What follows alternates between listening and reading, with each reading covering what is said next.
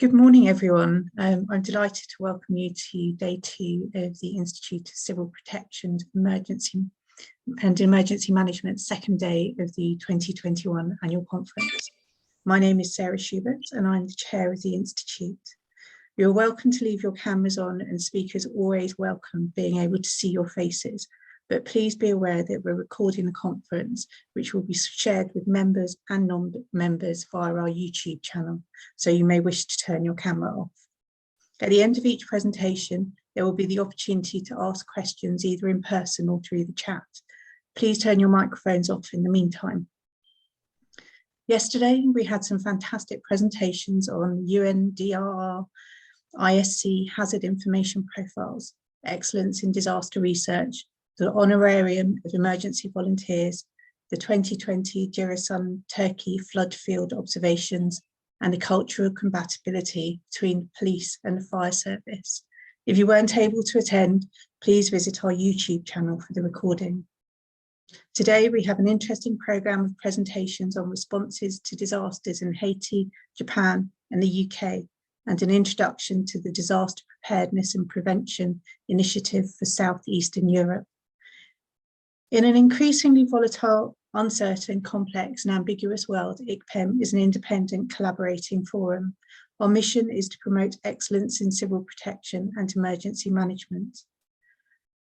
Cascades have emerged as a new paradigm in disaster studies. The high level of dependency of modern populations on critical infrastructure and networks, coupled with climate change, allows the impact of disasters to propagate through socio-economic systems much more easily. Where vulnerabilities overlap and interact, escalation points are created which can create secondary effects with greater impact than the primary event. Scenarios can be used to identify critical dependencies and guide measures designed to increase resilience.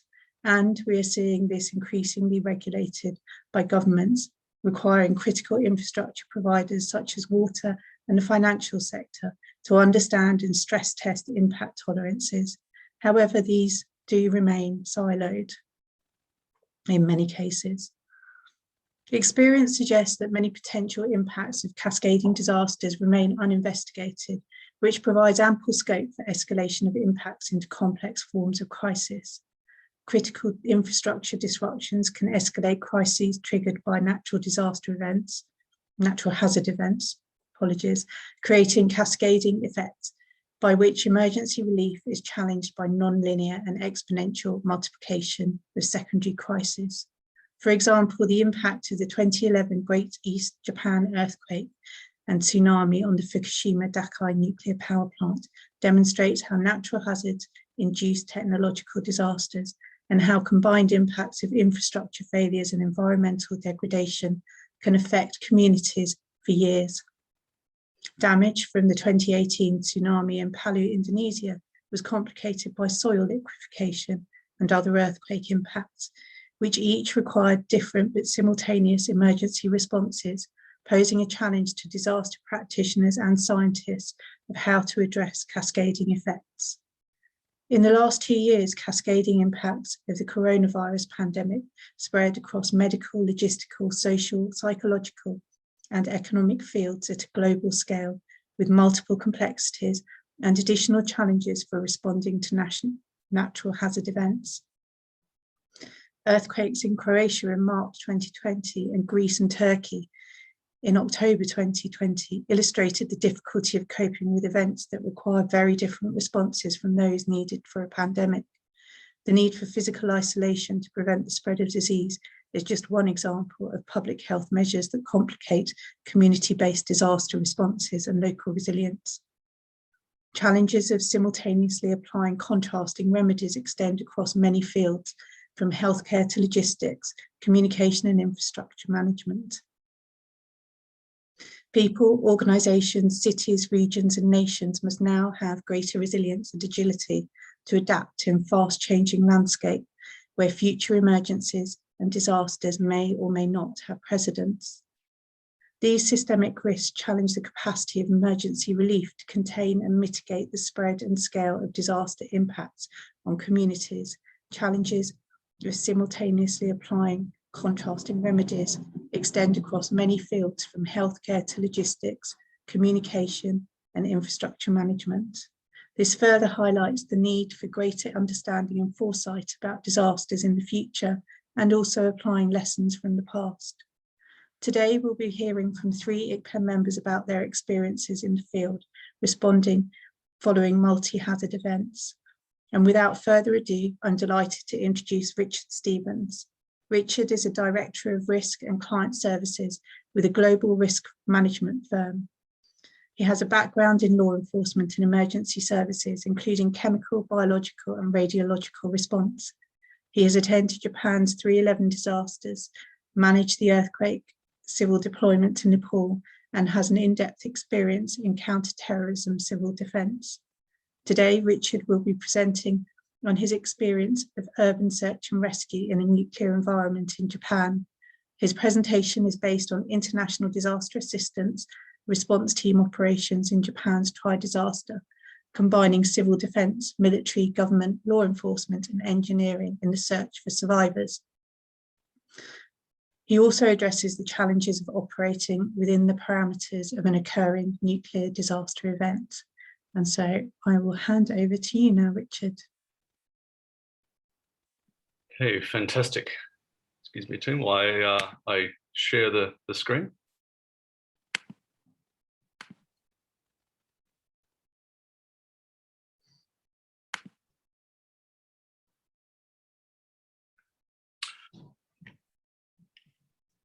Wonderful.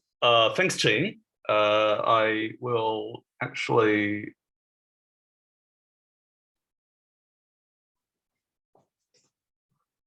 start my video as well too, so at least you can see who I am. Should I be actually able to do that?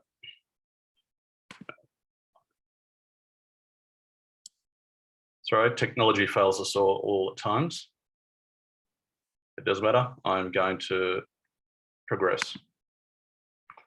So thank you for your time again. I'm talking about the USAR event in Japan's 3/11 and basically the global response team support that operates in a nuclear environment.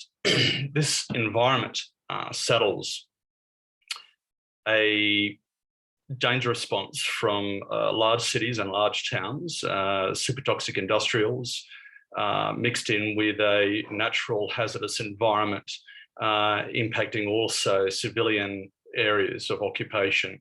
So it's about really the challenges that we faced, and at the end, I'll wrap up with some learnings for everybody. Just about me very quickly. So I was a member of a specialised state operations, and they turned me as a black level CBRN hazardous materials technician. And I also supported this group called Task Force 1, which was a heavy UN certified disaster assistance response team. So it was primarily a 75-person team compiled with command logistics engineers, CBRN and specialised rescue support, police for law enforcement, translators for consular officials, and cadaver dogs. So it was a completely self-sustainable unit meant to operate in hazardous and challenging environments. This unit had just deployed back from the Christchurch earthquake one day before this event occurred. So the preparatory time was compressed, and it was military airlifted into the base in Tokyo. So our basic response to the earthquake and then tsunami. It was a 9.1 magnitude earthquake, this Tohoku earthquake, activated at 2:46, which was lucky for them in the middle of the day on 11th of March. So it was the most powerful earthquake ever recorded in Japan and the fourth most powerful in the world since modern record keeping. The tsunami that this earthquake triggered at its largest point was 40.5 meters, 133 feet. And it was traveling at its fastest point, which impacted an area called Sendai, which was at 700 kilometers an hour. When it impacted that area there, along the lines of most other areas as well too, it penetrated up to 10 kilometers inland. In Sendai, which was just north of Fukushima, the civilians had approximately 8 to 10 minutes warning. There were more than 100 large evacuation sites completely submerged or washed away. The ambient temperatures magnified risks as well too. So in Ishinomaki, which was the city with the most recorded deaths, it was 0 degrees Celsius at the time the tsunami hit. So official figures released in 2021 show that nearly 20,000 people were deceased, 6,500 injured, and roughly 2,500 people missing. So you would presume those to be deceased as well too. So very high impact.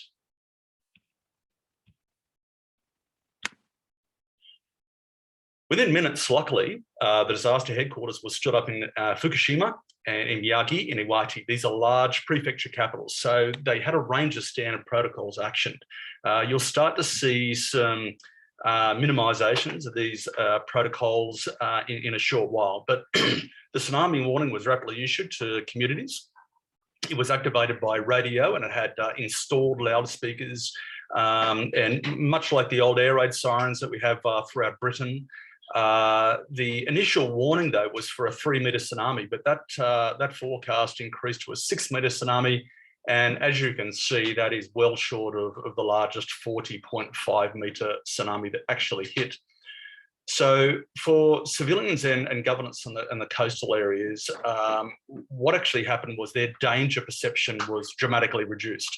So they'd sheltered in emergency locations that proved to be dramatically inadequate to meet this impact.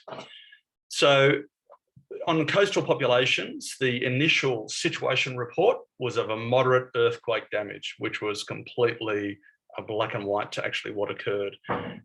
Virtually all examples of populated areas that were impacted went totally silent when the tsunami hit, and a 30 to 45 minute time frame post the earthquake. I've worked out, I put my video on.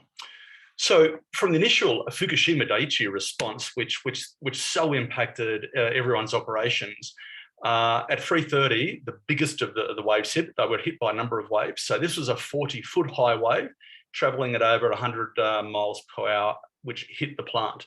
So the wave was twice the height of the established tsunami seawall, even though this was 2 years before a government report identified that the actual defences were inadequate. This is an image of one of the major waves hitting the seawall, and that's a very large volume of water impacting on that plant itself. So what it did was literally devastate the port area. I mean, they had cars and trucks and multi-ton fuel tanks that were sucked out to sea.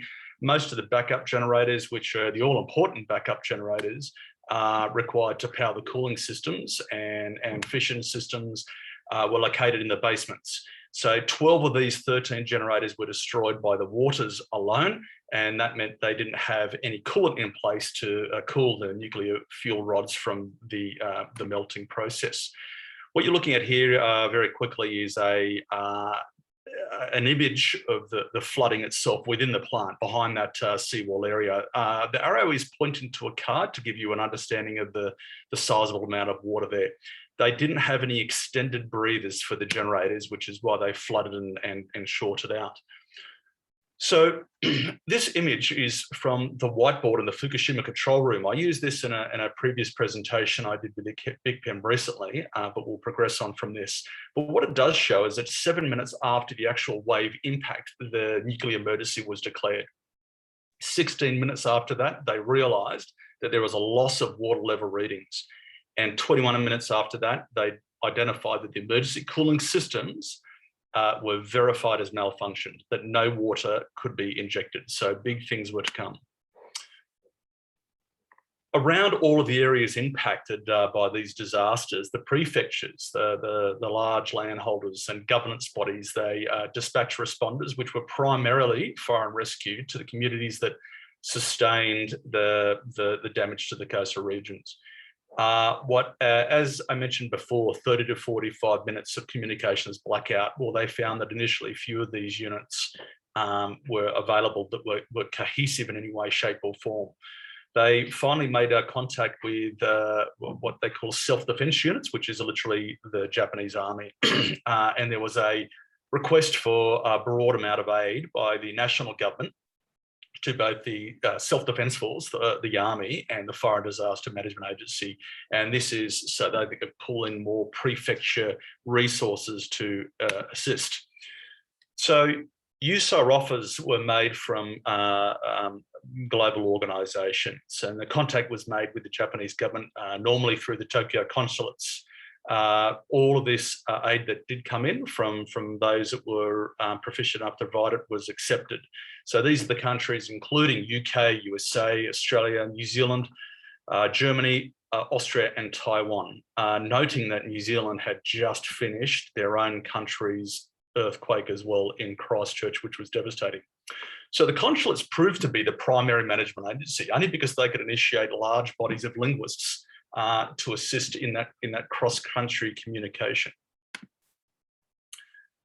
The call-up for the team that I was with occurred on March the 12th. We had a lean forward phase on March 11, but the formal stand-up call forward was on March 12th. The large OS deployment caches from the logistics cells were prepped, and that included the nuclear detection components that we have within these caches. And that was because we had a very strong understanding that nuclear plants were along the coast there as well, and that they would have been impacted. It was a notification and more of an assumption as well too. So again, it was a bit of a cyclone here at the worst time possible. So the materials had just come in literally the day before. Some equipment was still drying out at the time. And there was the mad rush yet again to make contact with the Air Force to arrange linkages for transport over there. One of the first blockages came the day that we were to begin transiting. Due to ICAO and IATA regulations, the uplift was held back for 12 hours. This is due to the pilots being stood down for mandatory rest periods because the packing of the cache of dangerous goods was on the external component of the cache, which is the image on your left you're looking at here. So they had some dangerous goods there. They were notably flammable materials, and they were meant to be put into the middle of the cache. So by the time they managed to reconfigure these, it was over the pilot's rest period. So that lost 12 hours, which didn't prove to be too popular. On the broader prefecture actions, you can see that communications were affected. They had large bodies of multidisciplinary teams for different organisations. On the right-hand side, you can see a gas plant that had obviously increased in size and scope. It's firing within the 12 hours, so things were moving rapidly in the country. The disaster headquarters, they had representatives from multiple agencies. Each were officiated by basically a governor. So if you imagine any of the English counties, they'd be the heads of the counties there. So there was minimal information to guide and response. They had a severe lack of intelligence. So they're relying on human intelligence to isolate basically, real-time occurrences, ground truthing, to work out what type of immediate actions they could complete next. So as further reinforcements started arriving, in-country reinforcements, they had to send the responders out to really look at what requirements there were and what actions they could really help people with based on the skill sets and resources they had in acting out any type of support for the event. The rubber hit the road on March 12th at 1 a.m. So March 11th was when it all happened, but March 12th, 1 a.m. is where it really went off. So TEPCO, which is the operator of the plant, realised that to prevent the explosion, radioactive gas had to be released. Now, to do this, it needed the PM's permission. TEPCO didn't know how to do this without power, not forgetting that they'd lost all of their power generation there. So the venting valves, which were driven by motors, had to be operated by hand. At this point, they realised that there were fuel rod meltdowns that were beginning, and the sievert level, which is the measurement of radiation, was increasing quite literally by the hour by fairly significant amounts. So more broadly in the situational awareness, there's a very heavy American footprint in Okinawa and Tokyo itself, with the US forces, most notably the Air Force and the Navy. But they had to develop this situational awareness. What was very interesting was that the US Department of Defense, with all of the arms of military operations they have there, and the Japanese search and rescue and self-defense forces, had never actioned any major disaster response planning or scenario activities, drills, etc. So that was a little bit insufficient for them, and there were a few rub points, but they ended up working quite well, and they started to manage the 3 hard-hit areas in the prefectures. So the USAR integration under a nuclear cloud is how we refer to it. But at 0900 hours on March the 12th, the villages and the plant itself were confirmed evacuated by non-essential staff. So TEPCO had ordered the venting team to enter after the PM finally gave their direction. This is some 8 hours after the initial event. So 2 persons entered this with 50 millisieverts and rising, and it was 38 degrees Celsius. So in their Tyvek suits and faces and goggles and mask at 38 degrees Celsius, 100 degrees Fahrenheit. They only had 17 minutes to get in. After 9 minutes, they repaired this main vent wheel valve, and then they allowed other teams to go in and start making urgent repairs. So things were finally moving. It showed externally that there was a plume of gas, and it was communicated to all of the USAR teams that it looked like they had a positive reaction, and that potentially the temperatures may be failing, and they believed the worst was over, and that water was getting to the critical cores. At 3:30 in the afternoon, that proved to be very incorrect. So the ground literally shook from this explosion. It threw the staff 1 meter clear in the air from their chairs. The engineers actually thought that the core itself had exploded, and but after 1 hour they found that the levels had stabilised, and the main explosion was from a hydrogen explosion, which had literally pushed the roof off, blown the roof off, but the core remained intact, luckily, at this stage.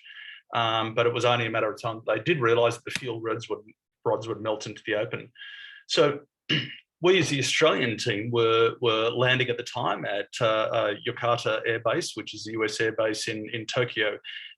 We were inbounded into our areas by the Army, and we found that many of the roads had significant damage, obviously, from the earthquake. Our forward operating base was located in a baseball facility. You can quite clearly see here there's a nice open area, and it was well away from any potential tsunami impact.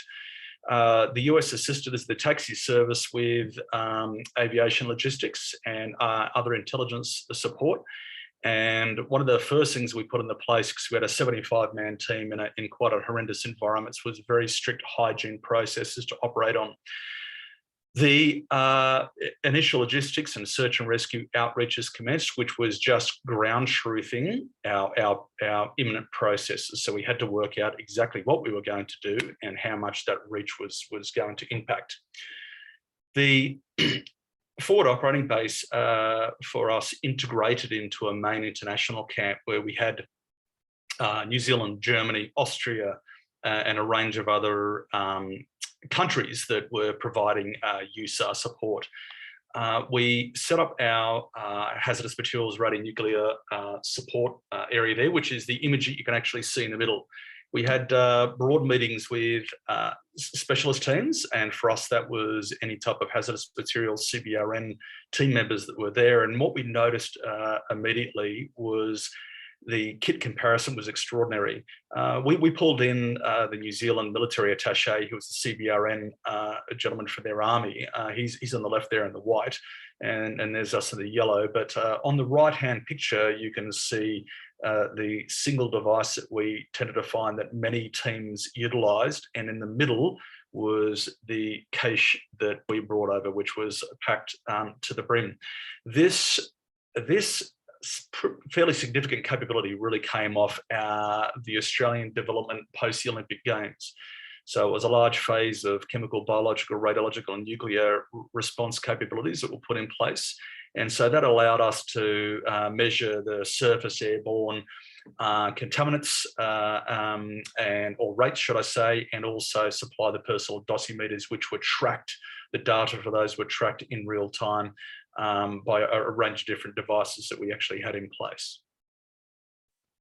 On the right-hand side, you're looking at area monitoring capabilities. The second from right is just a range of integrated devices that we have put into place, and on the left were just some standard minimeters and dosimeters, etc.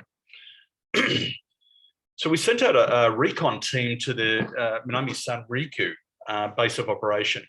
The US Seahawks transited the team in there. It was at night time when they flew in. A while after, there was an urgent recall over airborne contaminant readings after they'd landed and taken some measurements. What we'd done in that time was we put a hot zone personal decongestation. So that was all preset to receive any potential inbound contaminations from the field. Worse luck for us as the nuclear team was we had a standby period of 4 hours in sub-zero temperatures, and in Tyvek suits that was nothing to write home about. At 0200 hours, there was a wet decon of the team set up upon return. So that was a reading of the teams that came in, and then a dry and a wet decon, and an assembling of all of their materials. What we did use on the right-hand side, which was quite a perfect facility, was some Japanese bathrooms at the field, so at our forward operating base, which were the cleanest bathrooms I think I've ever seen, and power and heated seats and everything we needed. So that was actually quite a stroke of luck for us to have that capability on site. It went from cold to colder. So initially, a couple of days before, when the tsunami first hit, the worst temperature was 0 degrees when the tsunami hit. It actually went down to minus 28 degrees Celsius.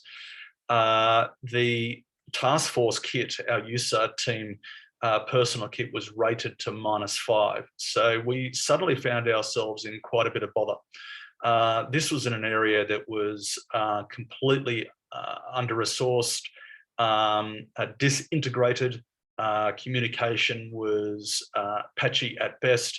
So it wasn't like we could go down to the local Kathmandu store and start purchasing some outdoor kit. We were stuck with what we had. So the decon process has continued through the early hours into AM, while search and rescue deployments were ready to be actioned.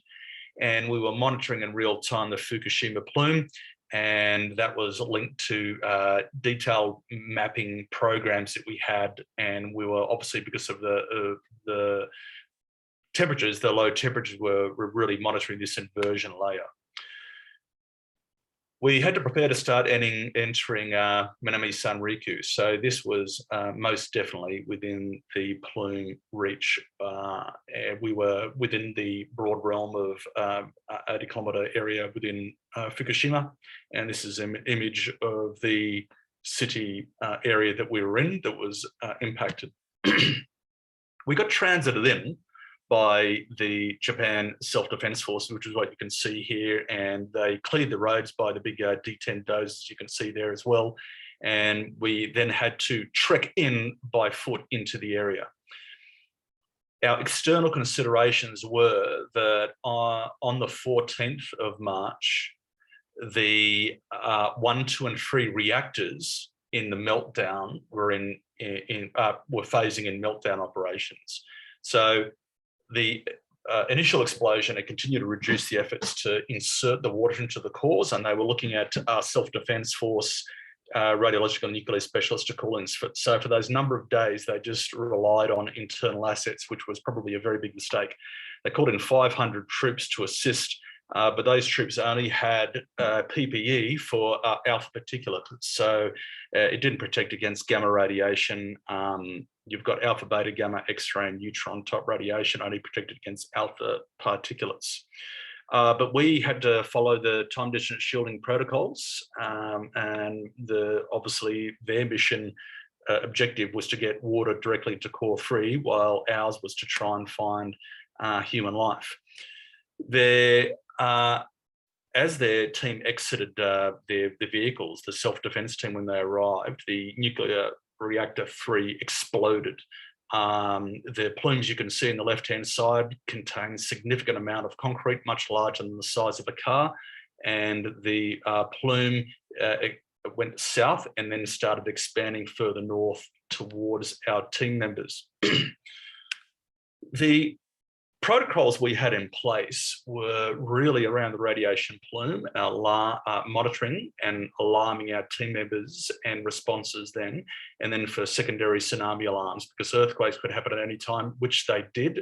We quite often had 7 and 6 earthquakes, which could quite easily knock you off your feet, and large areas of destruction in place, victims in cars. You can see a command area here, and then a hospital behind it as well too. The tsunami harbour defences were smashed completely. And what you're looking at there is a level 6 balcony with fishing tackle sitting on top of it, and a large apartment building, much of it underwater. Again, this is a level 6 apartment room. Do note the fish that's sitting on the floor there. And on level 7, the tsunami evacuation area was completely encompassed by the wave. And you can make out a staff member standing on the ground there to give you some element of scope to the event. Conditions, everything was highly entangled. We needed a lot of structural engineers to assist. We had injuries of our team members as well. One of the cadaver dogs did a full-length laceration of the face of one of the rescuers. So things were moving quite quickly. They were utilising for the search, just so everyone knows, ultrasonic relays. So they had ultrasonic probes and also triangulation as well too. With the units that they triangulated any movement in there. What was important to note is that the day after the team left the area, they found a young 15-year-old boy underground in a kitchen area in the town 1 over from where we were. But when you did find deceased in these areas, they were very difficult to identify because they'd been out there for a number of days, and plus all the detritus over them, they just didn't stick out. So in effect, they were camouflaged. When we did identify them, they had to have a field surface detection over them, which we used mini monitors. You can see the image here before removal. And that had to be cleared by the hazmat techs on site. Black Hawk's coming in for a pickup, and we're extracting every few hours to go to different areas. When this happened, Japan's Self-Defense Force personnel of the Army were brought in to package and retrieve those victims from the site. They weren't handed over to the USAR team proper. On day 7 at Fukushima, yet again, they were bouncing off the walls about a progressive step on how to manage the broadening event. So the PM ordered a water drop, which really, in effect, for anyone that's ever worked with bushfires, will probably know is difficult. The pilots realised this was significant. In Chernobyl, all the pilots there had since died of cancer, so they thought that this was a death sentence. So the earlier aerial recon was abandoned due to the high levels of gamma rays and the heat plumes as well too were affecting the flight operations of the Chinooks. So they welded tungsten plates to a frame suspended above the floor of the helicopters to protect the pilots and crew from this gamma radiation. So you can see the teams in there as well too with some of the monitors. The 9,000 litre water buckets were dropped at 300 feet from the fly. Basically, the first mission was partially successful and all others failed due to the high winds. But US monitoring teams identified that the radiation levels didn't decrease as a result of this. Now, they also had plans to remove 90,000 US citizens out of the country. Further, that no US citizen was to be within 80 kilometres of the plant. So that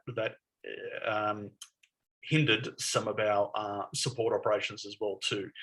The Japanese mandatory zone was 20 kilometres, 1/4 of that. and they'd US identified flakes of the radioactive fuel around the reactors and identified that anyone who really went in there was most definitely risking their life. So you can see the images here from this Chinook coming over in the second deployment, and they had an initial steam plume, which they got excited about, but after that, it completely failed. In the coming days, there was heavy air traffic in and around all rescue areas. There was a hospital set up by Israeli medical rescue teams on the hillsides. And of course, we were triangulating and measuring all the potential plume fallout on the rescue teams. And again, we were also monitoring for tsunami alerts as well too. It's getting an equipment drop off for the guys. We've got hospital kit in that and rescue kit. This is from the US base. Drop off.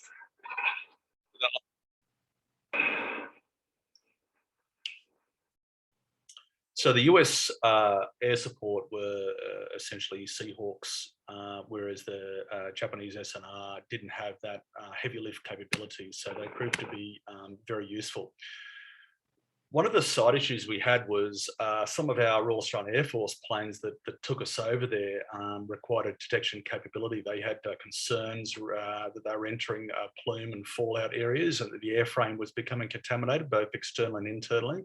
So we had to actually re-attend Jakarta Air Base and assist them in that regard.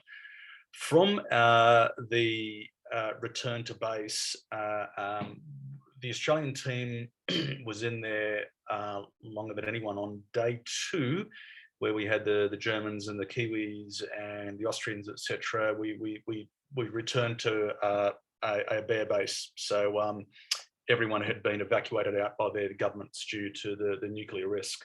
Popular decision or not, they kept us in there. I know some of the team members weren't too happy about that, but they were in there for the long haul for up to a couple of weeks.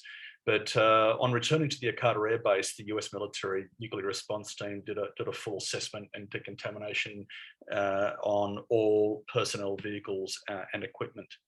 So as a quick summary, the affected communities were completely disorientated and disaster struck. They were completely cut off from the prefectures. The governments were seriously incapacitated, and I would say seriously overwhelmed. It took a number of days for them to get back on track. But once they did, they acted promptly to set up coordination structures, and the integration, though, on the number of sufficient personnel that were trained and resourced was a complex requirement, we understand, but it was in a unique operating environment as well too. The efforts from the PM's office to move personal equipment were really hampered by poor situational awareness. And again, as I referred to, it was mainly based on human intelligence. And it really took 2 weeks for this broader national coordination to strengthen. And aid really at the local level was primarily as a result of community self-help and the emergency responders acting independently. As an example, we actually had Yakuza approach us and said we were looking for fresh water. Our supplies were rapidly depleted, and they were the only ones that were able to assist us. I'm not about to answer whether we agreed to that or not. So really, in finish, there was weak coordination of broad operations. There was an insufficient surge capacity to get the resources we needed. Very little private sector and NGO utilisation of resources. There was a lot of tension between this political relay to the population and the leaders, and it was also affecting international support, as I said, because the teams left. What they really need to do was strengthen this centralised command and control model, they perceive the military model. So it's the super agency approach, this internalised option, and this was what was required from a previous earthquake that they had, an ancient earthquake. So they needed this robust situational awareness, and whether this would be as effective these days or not, I'm not sure, but they needed that effective communication flow, vertical and horizontal. The planning and decision making needed to be at the centre by a responsible agency of implementers that included international support as well too, and they absolutely needed this timely feedback. Hopefully would be better 10 years on. As we know, the major disasters are inherently decentralised, and the bottom-up response really begins locally, and that's exactly what happened here as well too. I've run out of time, so I'm basically going to stop sharing there, but thank you for having me, everyone, and open to questions if need be. Thank you, Richard. That was excellent. Do we have any questions from the floor? Yes. Pete Davis has asked, has apologised first. Tech means he's asking questions via the chat. Thanks for a terrific presentation, very interesting. On a very practical level, you have covered the radiation monitoring kit used by your team, but what personal cumulative dose limits did you enforce for your staff? Were they common across other international teams? Really good question there, Pete. Yes, they were rather common. Each country differentiated a lot, but most of this is internationalized. And to give you an idea that 400 millisieverts is what they received in Fukushima. So radiation, it's a very hard question to answer very, very quickly. But 1,000 millisieverts will absolutely cause sickness and death immediately. So 5,000 millisieverts, so 400 at Fukushima, 5,000, a single dose will cause a 50% death rate within a week. Chernobyl was 6,000, all right? So they had 100% death rate for those that had received 6,000 in a month. And at 10,000, you'll be dead within weeks, no matter what you do. So they were looking at 400 millisieverts around there. Now, we received a lot less, and I'm actually not allowed to comment on that because that's still under government record. But there's national standardizations which apply there.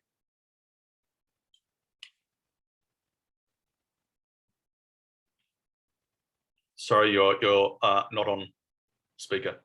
Yes, apologies. Thank you. We have a question from Rob. And Rob, yes, you're Rob. on mute. Yeah. Sorry, I'm having IT issues as well. Good morning. From a previous life in the Fire and Rescue Service, being a detection, identification and monitoring team leader for Avon Fire and Rescue Service, fascinating presentation on the technical aspect of monitoring radiation. We struggled, I think, in the UK, certainly with the different levels of isotope. Wouldn't mind your views on the alpha radiation problem and the isotopes you encountered in Japan. Did you have alpha isotopes? But namely, did you then did you have sufficient alpha detection? But was that then countered by the fact that some of the alpha isotopes had daughter products that then gave you the beta or the gamma identification? Sorry, very technical, but it's fascinating. And I'd be more than happy to have these discussions with you offline at a later date, Rob. Absolutely. But yes, we were very lucky that due to the plume modelling that we didn't get a large amount of alpha radiation compounding our operations. We had a significant amount of detection capability across all spectrums for the radiation. The problem we found was that most of the other teams just didn't. So they started to rely on our options to assist. So for the first day, we found the hazardous materials teams were starting to be reappropriated into other areas of operation.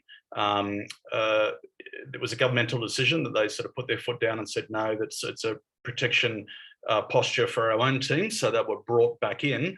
And of course, as I mentioned very quickly before, that was when our complete forward operating base was removed within the next day. So they all offshored back to their home countries.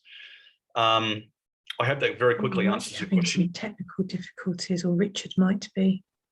Thank you. No, thank you. Sorry, you okay, Sarah? Yes, sorry, I think it's my computer's having technical difficulties now. Apologies. Thank you both. Bob, is your hand up for a response to that? No, sorry, that's a legacy Okay. hand. That's fine. Thank you. Thank you. I really would like to talk to you offline though, Rob, so I'll make sure I source out your details. Okay, lovely. Yeah. Thank you. Yeah, great. We can organise that if you're happy. Mark has a question. He says the power station knew there were gaps in their sea defence. Had there been no gaps, would it have made any difference? As a case example, one of the mayors in one of the prefectures to the north was castigated by all the other mayors and all the other industries for going wild on his sea defences, and that was their term, going wild. He, over and above, to a depending where it was located, to a 2 to 3 time multiplier from all of the other towns and prefectures, reinforced his sea walls. He was the only area where the tsunami didn't impact. So had they followed the advice from the 2009 report? They do think so. They do think so. But the problem they did have was the breather valves of the generators were actually below sea level. They had a wonderful hill which they could have run up a few 100 metres, and they would have had ample height. Well, they could have built a tower around it, which they didn't. But 101 on generators is you need to allow them to breathe, and they didn't do that. So they were 12 out of the 13 were swamped by the initial waves, and the last one packed it in sometime after, just through overwork. Excellent.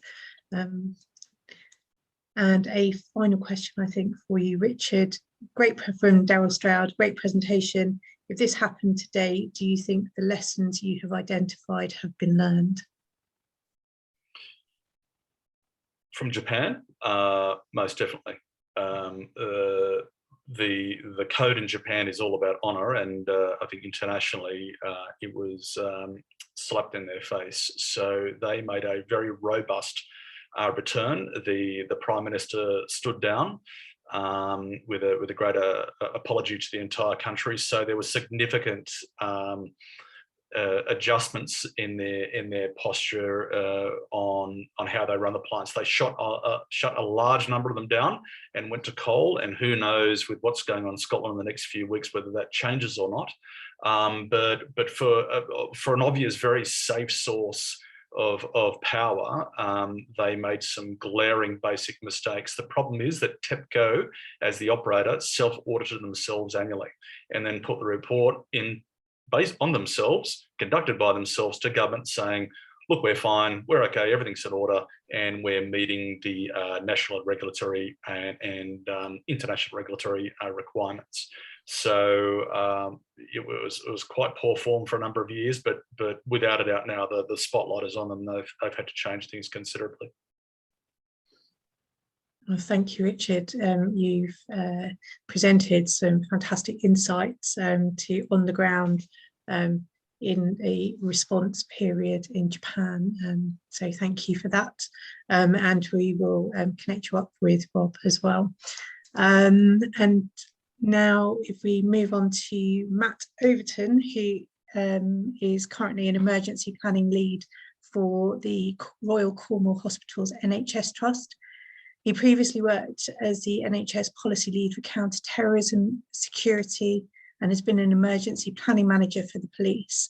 Prior to involvement in emergency planning, Matthew had a clinical background working in hospitals and the ambulance service. Today, Matthew will be speaking about the challenges of evacuating hospital wards during COVID-19, in particular, the need for multi-agency partners to understand the significance of COVID-19 designated areas within hospitals. So Thank you, Sarah. Morning, everyone. Can you hear me okay? Yep, perfect. Yeah, Thanks. okay. First time Thank you, using PowerPoint on Zoom, so wish me luck. Good luck.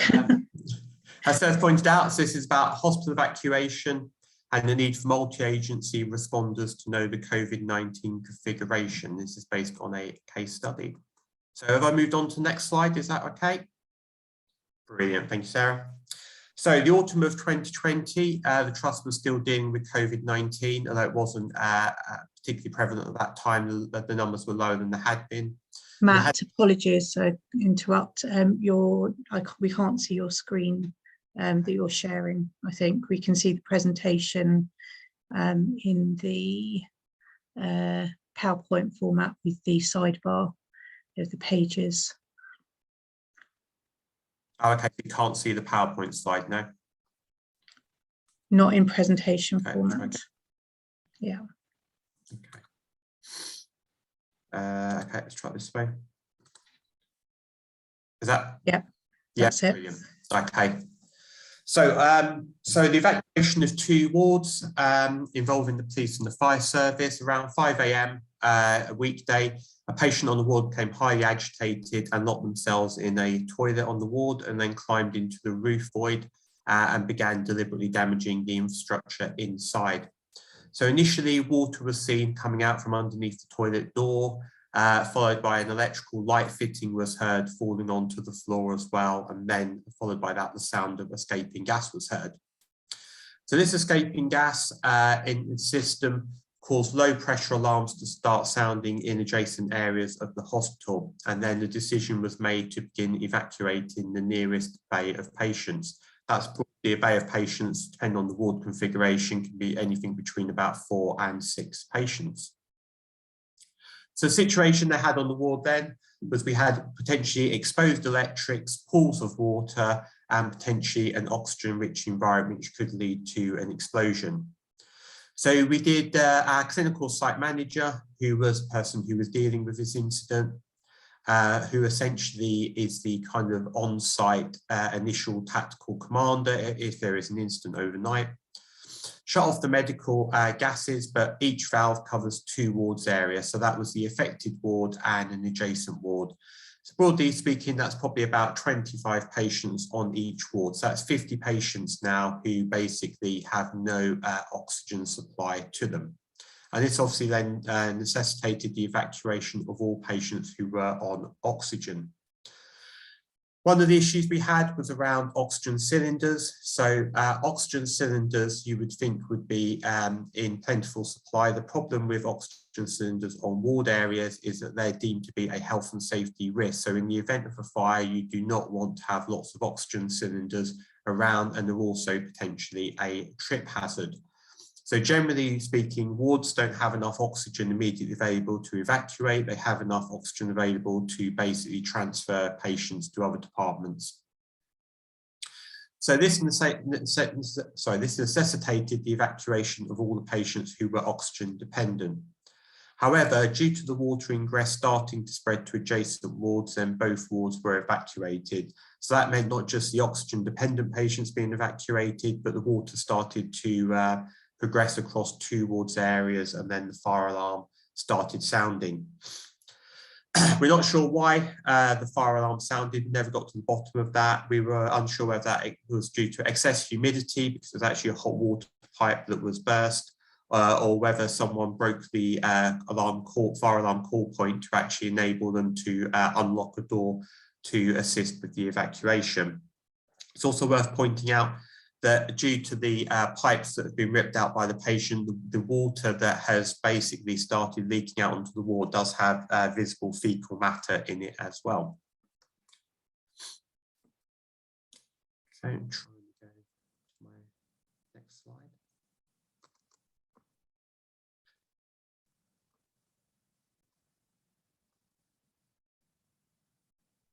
Does anyone know how I then move on the slide? Cursor left, cursor right, or not? Either just click on the slide or press the arrow. Ah, brilliant, thank you. Oh, excellent, thanks for that.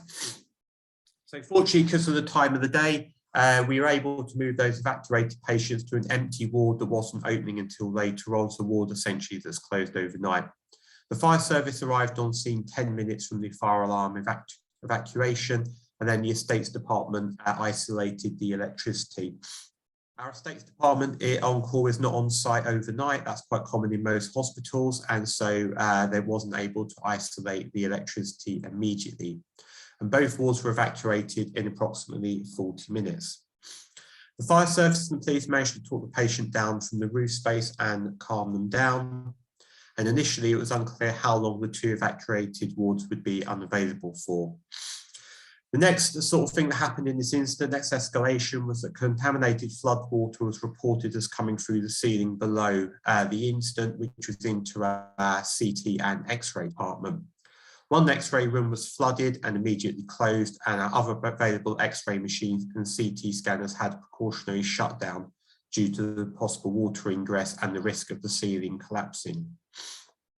At the time, due to other building work that was going on at the time, the corridor adjacent to our CT scan X-ray department was the only internal route in and out of our ED. So ED being emergency department, the new sort of name for the A&E department. So if this corridor needed to be closed for safety reasons, the ED would then become isolated from the rest of the hospital.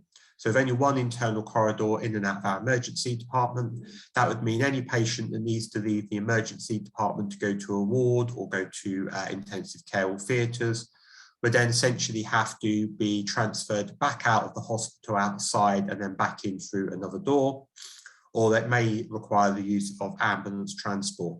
And that would be an issue for us because one of our starting strategy for this incident was to try and facilitate accelerated discharge. What that means is we need to basically make more beds. And so that's around just trying to discharge as many patients possible safely as we can to create capacity. And generally when we do that, that means calling on our patient transport ambulances to assist with that. So we declared a critical incident, and for the NHS, the definition of a critical incident is a local incident which results in the temporary or permanent loss of the ability to deliver critical services. Patients may have been harmed or the environment is not safe, requiring special measures and support from other agencies to restore normal operating functions. So the criteria for a critical incident were considered to have been met due to the ongoing overcrowding of the ward serving as the evacuation point.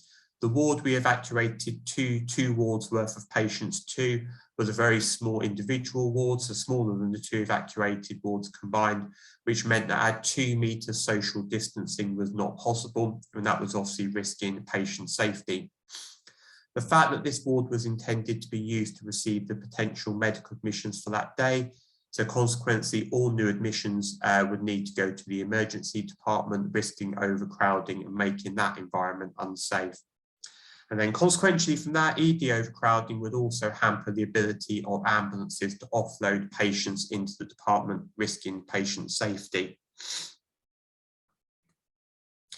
As a trust, we are very much in the public scrutiny in the public domain at the moment as being one of the worst performing trusts in the country for what's called ambulance holds. So that just gives you some context to the fact that having those patients basically going into the emergency department, which is already very, very busy, would not be an option for us.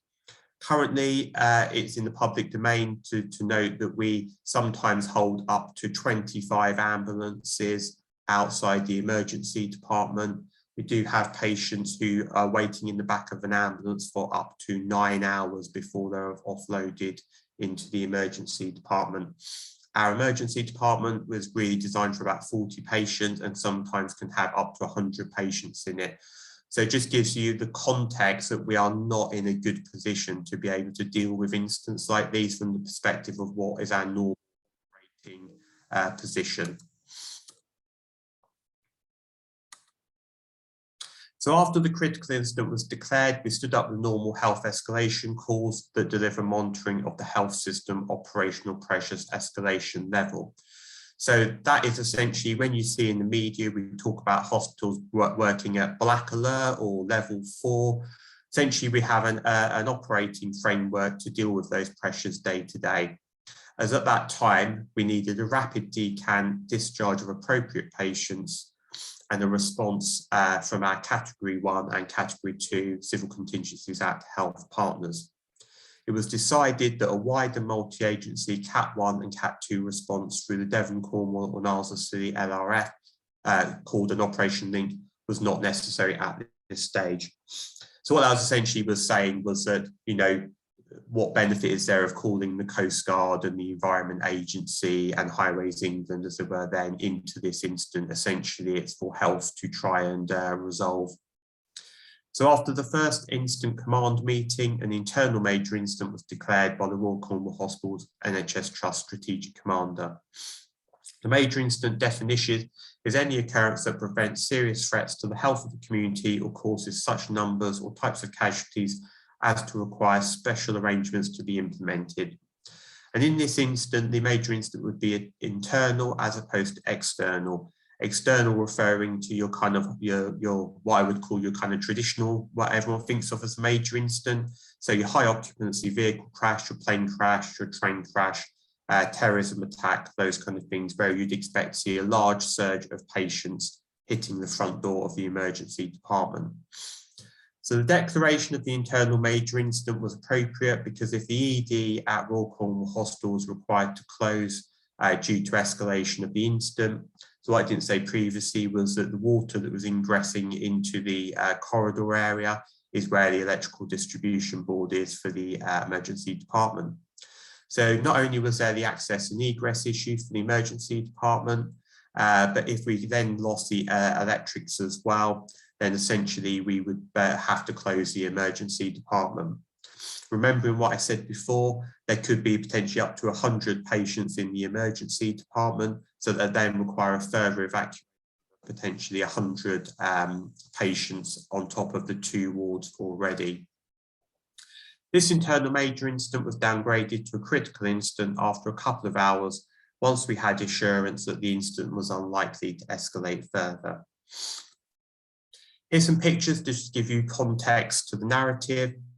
So the photograph top left was one of the bays on the affected ward. You can't actually see the water particularly well, and that's because it's basically uniform. So if you look at the reflection from the windows, you can kind of see that the water's there. That's probably around about, would come up to just over the top of your trainers. The photograph top right is essentially a nurse's station. As you can see, the electricity is lost. So we're working on emergency lighting, and you can actually see the kind of humidity from the photograph. You can also see that humidity bottom left as well. And that's some improvised bunding that's been put in place using paper towels and blankets and sheets to basically try and stop the water from progressing across to the other ward. Bottom right is a photograph of our X-ray department. And as you can see, we put some temporary items in place to try and basically stop water going onto the equipment. But as you can see, we've essentially lost all of our roof tiles. So when it comes to the learning, so multi-agency category and 1 and 2 responders who need to attend a hospital site need to know and understand the changes in hospital procedures and designation as a result of dealing with COVID-19. If you ask most responders what the various departments of the hospital look like or did, they'd probably have a reasonable idea. When you talk about intensive care, A&E operating theatres, outpatients, a dialysis unit, most responders kind of roughly know what that department does and can visualise what it would look like. So an incident may cause them to attend and directly interact with patients for a variety of issues such as fire evacuation, dealing with violent patients, hospital watch for those who may be under arrest, or handling hostage incidents, which fortunately are rare. So during the start of COVID-19, the Royal Cornwall Hospital's NHS Trust regularly informed the fire service about which wards were designated as COVID-19 wards, or commonly called red wards. So this could be recorded on their command and control system to notify responding resources. We have now extended that to the police as well. Moving forward, all multi-agency category 1 and 2 responders should have a basic knowledge of what constitutes a red, amber and green designated area within a hospital. And this will enable them to understand the risk of entering that area and what appropriate PPE should be worn. So this is the guidance that's released nationally, and it should be noted that each individual hospital or NHS trust can adapt this slightly. But generally speaking, these are your kind of what's called care pathways, so red, amber and green. So to give you just kind of an overview of what that looks like, I'm not going to read out everything in the boxes there. So essentially your red areas or your red wards are confirmed COVID-19 patients, or where it's suspected the patients are being assessed may have COVID-19 or maybe a close contact, or it may be via symptoms.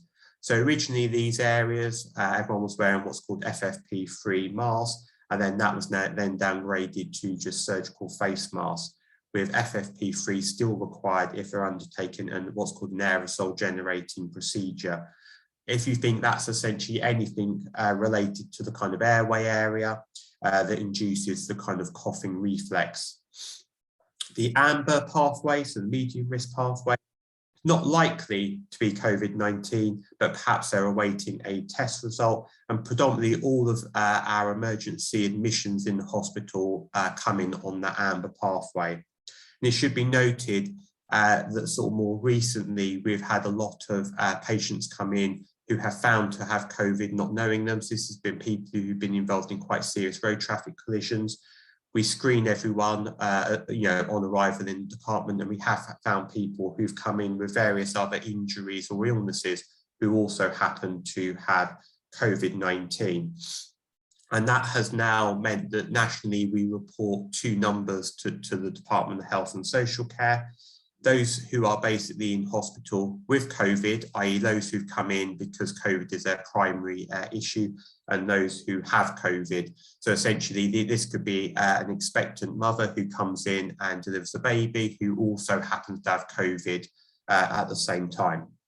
And green is basically the kind of patient who's been tested before admission, and after that test, they've isolated themselves at home.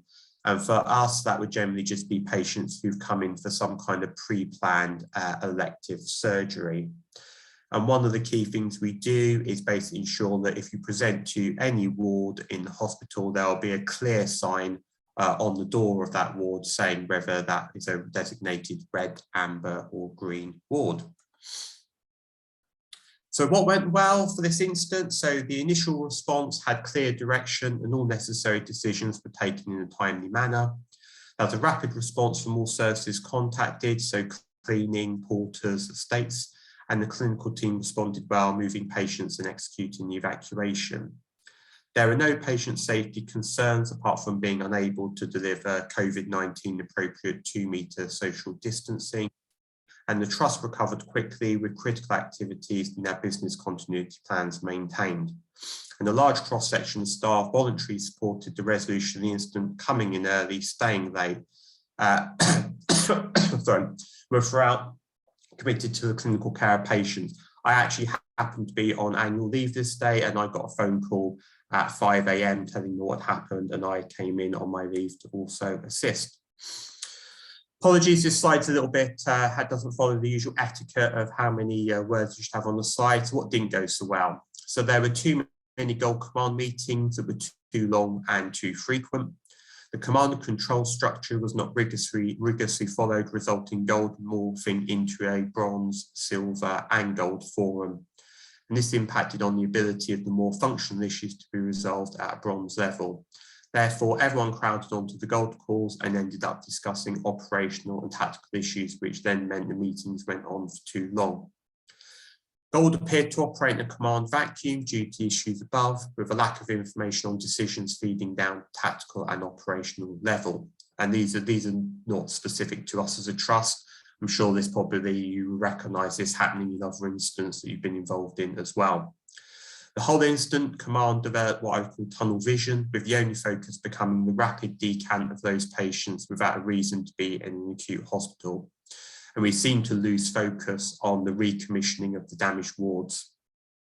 And we think probably that using our normal health escalation calls probably contributed to this, because that would be the main topic of conversation during health escalation calls, essentially maintaining patient flow, getting patients in through the front door and discharging patients at the back door. One of the lessons from the incident, and this would apply to probably most NHS organisation and partner agencies as well, most of our contingency plans do not factor in 2 metre social distancing between patients and beds. And there is for us a substantial number of contingency plans that each hospital trust has that may require adaptation if we say that social distancing becomes standard practice. So currently any incident that needs to invoke dynamic decision making in regards to the application of 2 metre social distancing if able. And I'm pleased to say this weekend we've run our first multi-agency on-site exercise following the start of COVID-19.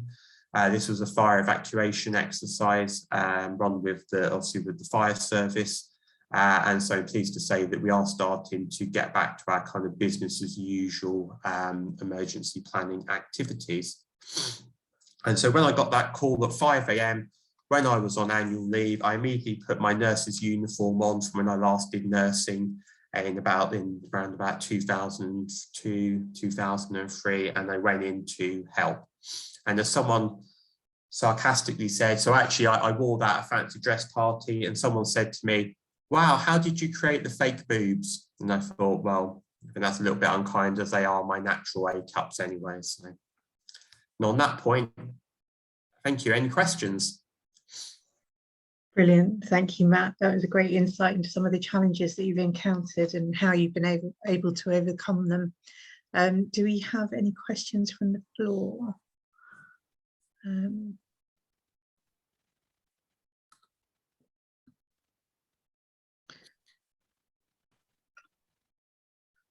Matt, it's Richard. Can I ask one? Of course.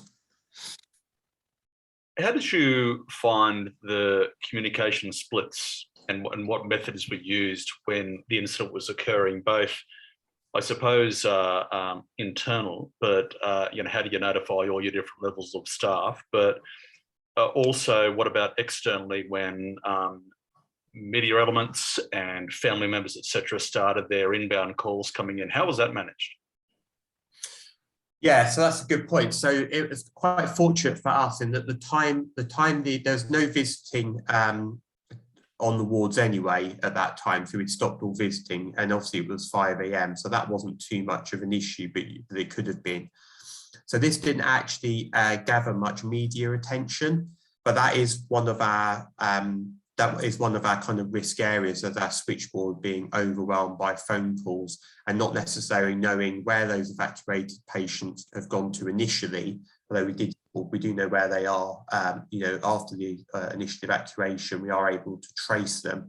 But that's a very valid point. There would be initial confusion, and relatives would probably be frustrated by not being able to get through to the relevant ward until sometime later. In a normal major incident where we would expect a large number of friends and relatives to come to the hospital, we open a friends and family reception centre. So that's a kind of essentially like an outpatient department that ceases all of its normal activity. And then we put signs outside the main entrance doors and basically tell friends and relatives to go to the area where they're essentially met by a kind of combined team from the police, our staff, and maybe potentially the council as well, who will then greet those friends and relatives, take information from them, and then essentially try and find that information, and then obviously try and reunite them with the casualties from the major incident. But in this situation, we wouldn't invoke that because we wouldn't expect those patients who've been their relatives to essentially turn up at the hospital seeking information. Does that make sense? Absolutely. That was great. Thanks for the answer. See, Mark's got his hand up. Yeah, Matt, thank you. You mentioned that 2 wards were affected when you had to turn off the utility services and the oxygen.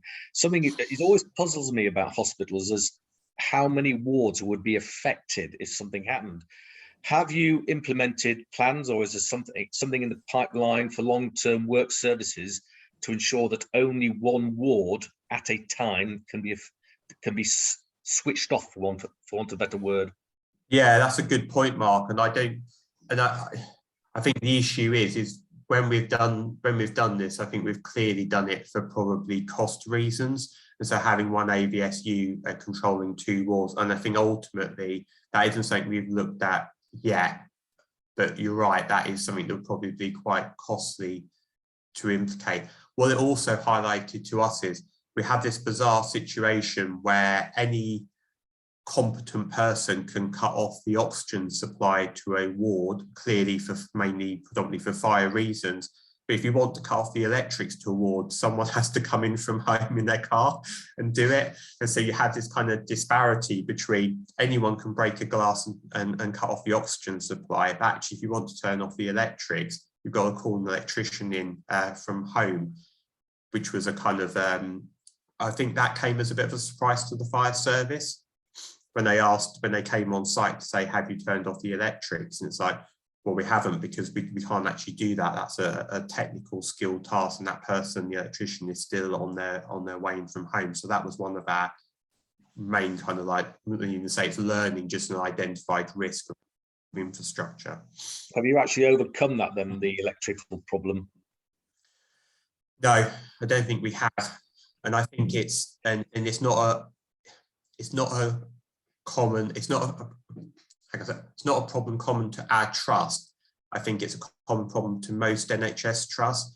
On-call estate staff don't get called enough, I think, to kind of warrant the financial outlay to actually have someone being paid to be here all night long. But when they are called on site, generally speaking, it is something that is high impact, high consequence. And that's that is common in the NHS, not to have estates actually on site, that they are coming in from home. And because I think that we're at that point where they don't get called quite enough to warrant that investment and actually having them sleeping on site. But when we have needed them in at night, we generally need them in now.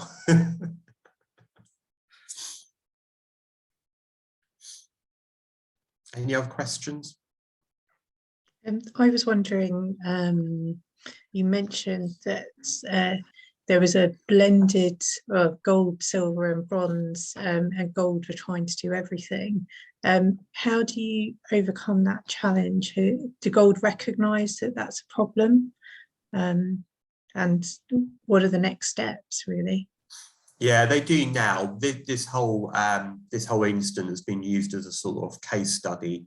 And essentially, we've gone out and done a lot of learning on that around what I would call around like psychological factors and behaviours. So as an emergency planner, you sometimes get a little bit fixated with teaching people the content of the plan, so knowing who's going to go where, who is ringing who, which bit department do which. But actually, sometimes it's around more teaching them the principles and the good practice and those kind of what I'd call the common pitfalls of incident command. So things like picking the easiest task when you're overwhelmed by the incident response, picking the kind of low-hanging fruit and picking the easiest task and focusing on that, or developing tunnel vision, so just concentrating on one aim and then sort of forgetting all the other aims. So what we've done is, focus more on the common pitfalls of incident command instead of saying, well, that ward evacuates to that ward and this ward evacuates to there, trying to get them. So when they're in that incident command mode, in the heat of the moment, they think about some of those kind of common pitfalls and they actually start thinking about, how am I behaving? Am I still thinking at strategic level, or have I started thinking at tactical level? Am I getting too operationally involved, in very sort of, the finer details? That's a common problem in hospitals. So at our strategic command level, we would expect our kind of ops colleagues, so our kind of chief operating officer, our medical director and our chief nurse would be at that level. But we'd also have our kind of HR director, finance director, our kind of director of kind of strategy. And what we find is that those people who are not involved in the operational management of the hospital and the finer details of kind of patient flow make better strategic commanders, because they remain strategic because they can't do anything else. So what we find is your medical director and your chief nurse and your chief operating officer will get drawn into the more kind of operational decisions, because that's what they know and that's what they do day to day. But actually your finance director, when wards are being implemented, your finance director actually remains strategic, and the reason being is because they can't get involved operationally, because they don't know, they're not involved at that level day to day. So that's a kind of a common thing that happens within the NHS. Oh, that's really interesting. And were there any gold, silver, or bronze stood up for any other agencies that then had challenges integrating with the NHS command structure? No, so we kept it essentially to multi-agency but health partners. So essentially it was our community hospital provider, NHS 111 ambulance service, NHS England, and NHS Improvement, which is kind of like our sort of like our regulator and area kind of like oversight people. Yeah. And yeah, they're used to that kind of poor, yeah, bad habits, we'll call it. Excellent. Are there any questions from anyone else? I don't see any hands up or any more comments in the chat. Okay, thank you ever so much, Matt. That was a fascinating insight. We are going to move to a break now, and we'll keep to our schedule. So if we are all back for 10:40, ready for presentation on Haiti. Thank you, everyone, and thank you, Matt and Rob, Matt and Richard, for the earlier presentation. If you just let me know. Absolutely, thank you. Good morning, good afternoon, good evening for those colleagues from ICPEM further afield and dialing in from different time zones around the world. I hope within the next 30 minutes just to give you an overview of a little bit around SAR-Aid and the Haiti deployment that we went on in 2021. But also, obviously this year, but also I think it'd be remiss of me not to actually mention the earthquake that hit in 2010. I actually deployed to that one as well. So just a little bit about SAR-Aid. If I could have next slide, please, Sarah.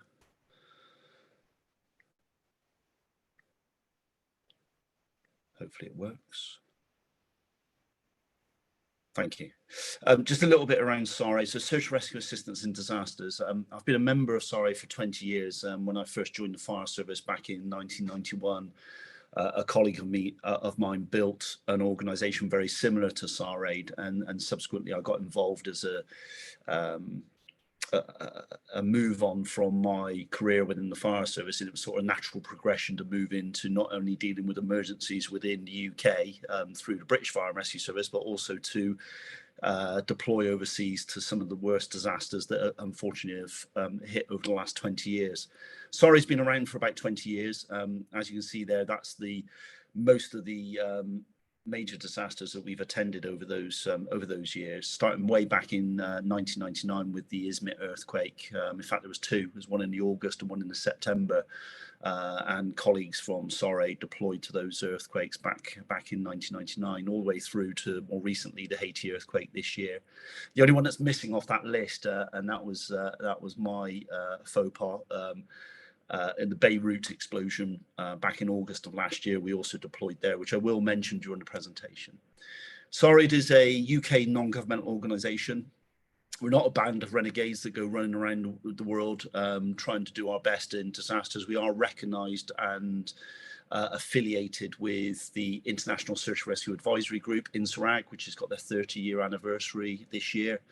And that is ultimately comes under the Secretariat within the United Nations of OCHA, the Office for Coordination of Humanitarian Affairs.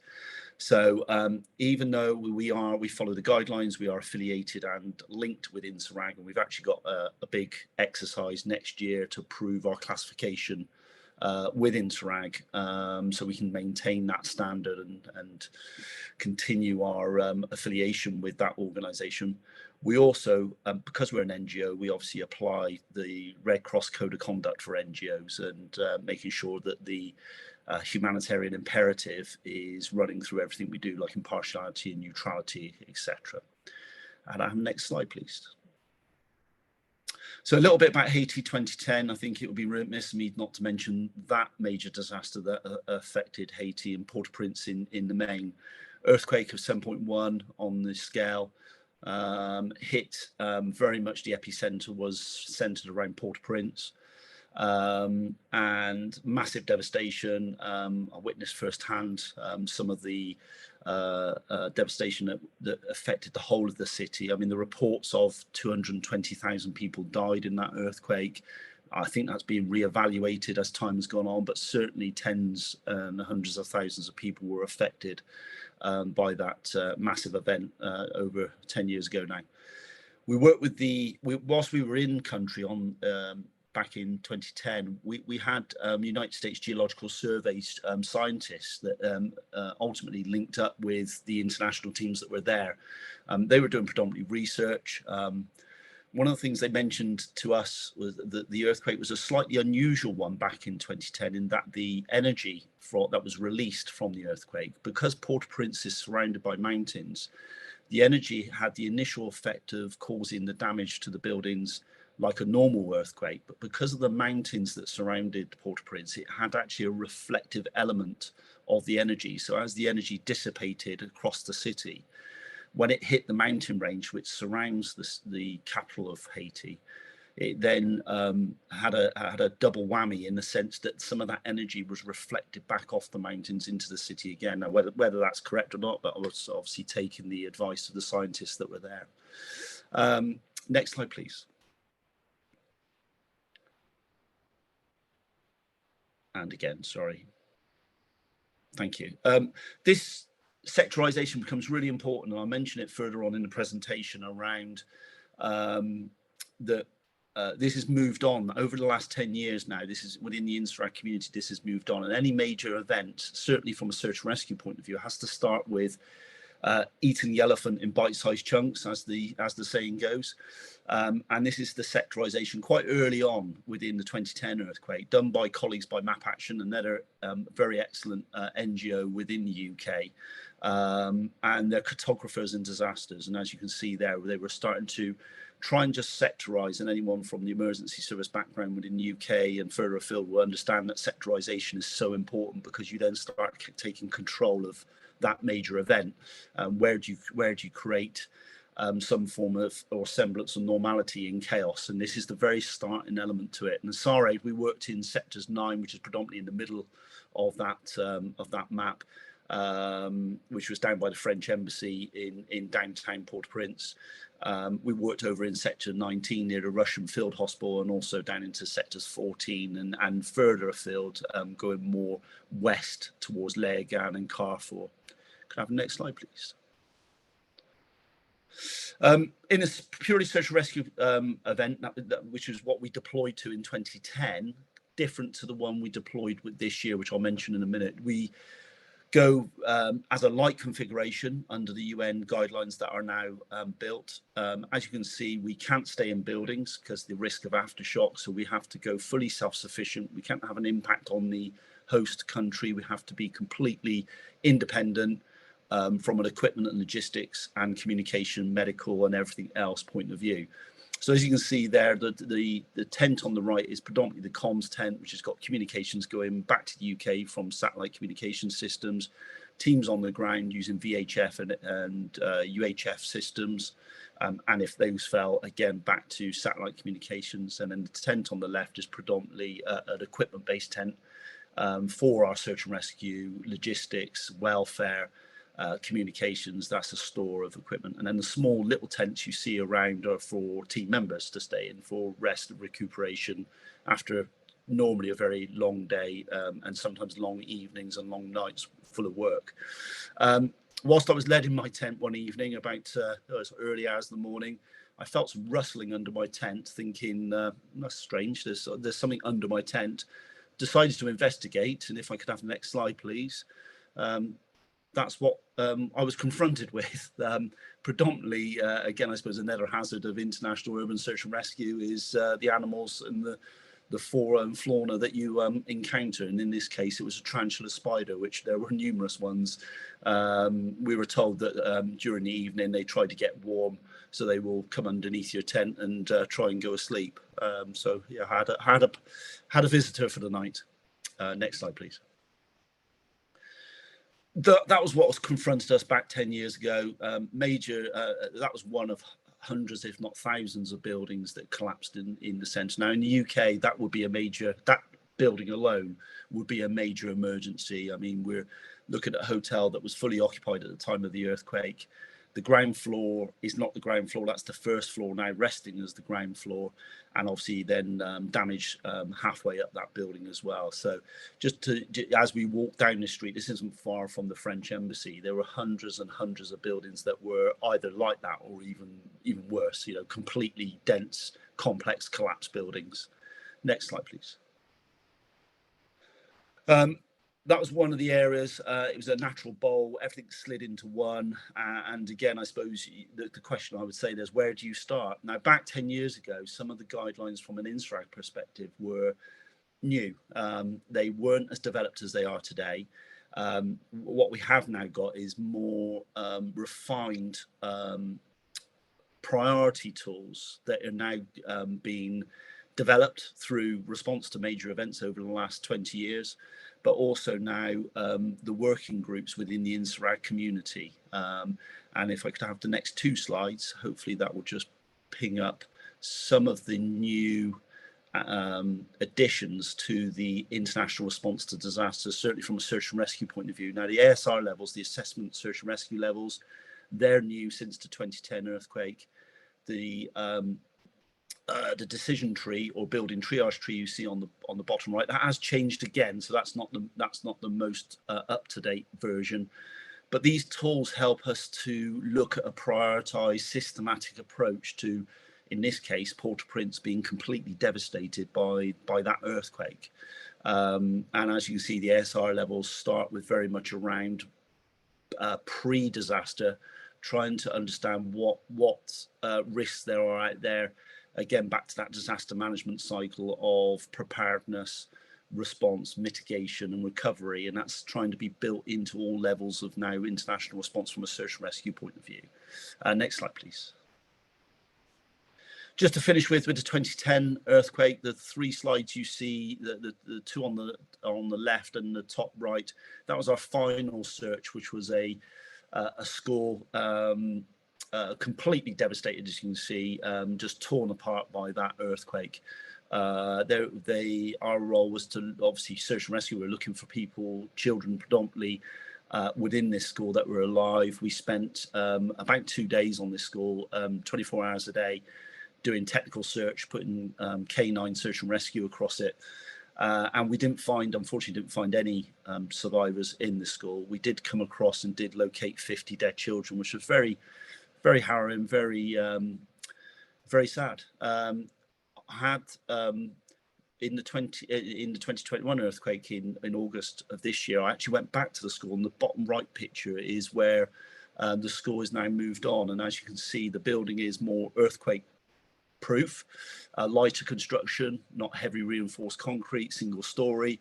You can see the church behind, which back in 2010 was traditional construction. They've now encased that church in reinforced concrete, obviously trying to make it a more substantial building to withstand further seismic events. Next slide, please.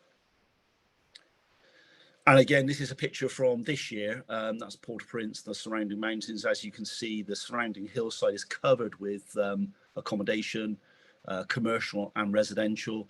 My structural engineers that were with me on this deployment basically had a cold sweat when they look at some of these pictures, because again, Haiti is another disaster waiting to happen. You've got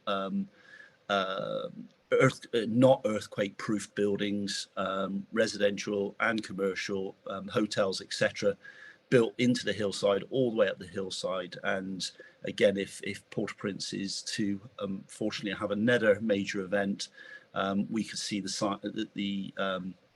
scale of disaster and horrifically worse disaster to come in the future. Next slide, please. So just coming up to date to August of this year. Next slide, please. 7.2 on the Richter scale, 14th of August of this year. Epicenter just north of Lukai, in the Sud region of the sort of south west peninsula of Haiti.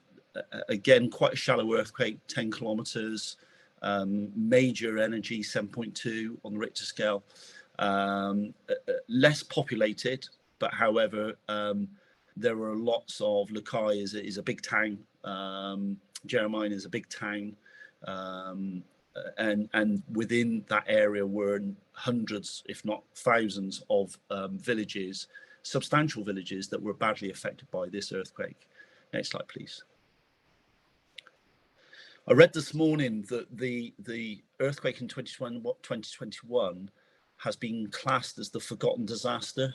I think if people can remember, on that day or roughly around that time, Afghanistan was causing some issues again, and Kabul was very much front and center of the media reports for that week and certainly that day, at the same time that Haiti had its other major disaster. And I think it just shows how the international press can actually shape, to some extent, disaster response and sort of and people's understanding of what is actually occurring within the world. And I read today that certainly because of the horrific events that were happening in Afghanistan, took some of the press interest, and actually global interest at the time, rightly so, that the earthquake, again, a major event that happened in Haiti, is to some extent being forgotten globally. And we certainly found that when we were deploying, it felt a very different deployment to other deployments where there was a lot of interest, both politically, operationally, across the world. And this one tended to be very different. As you can see from the timeline there, 14th of August was the earthquake.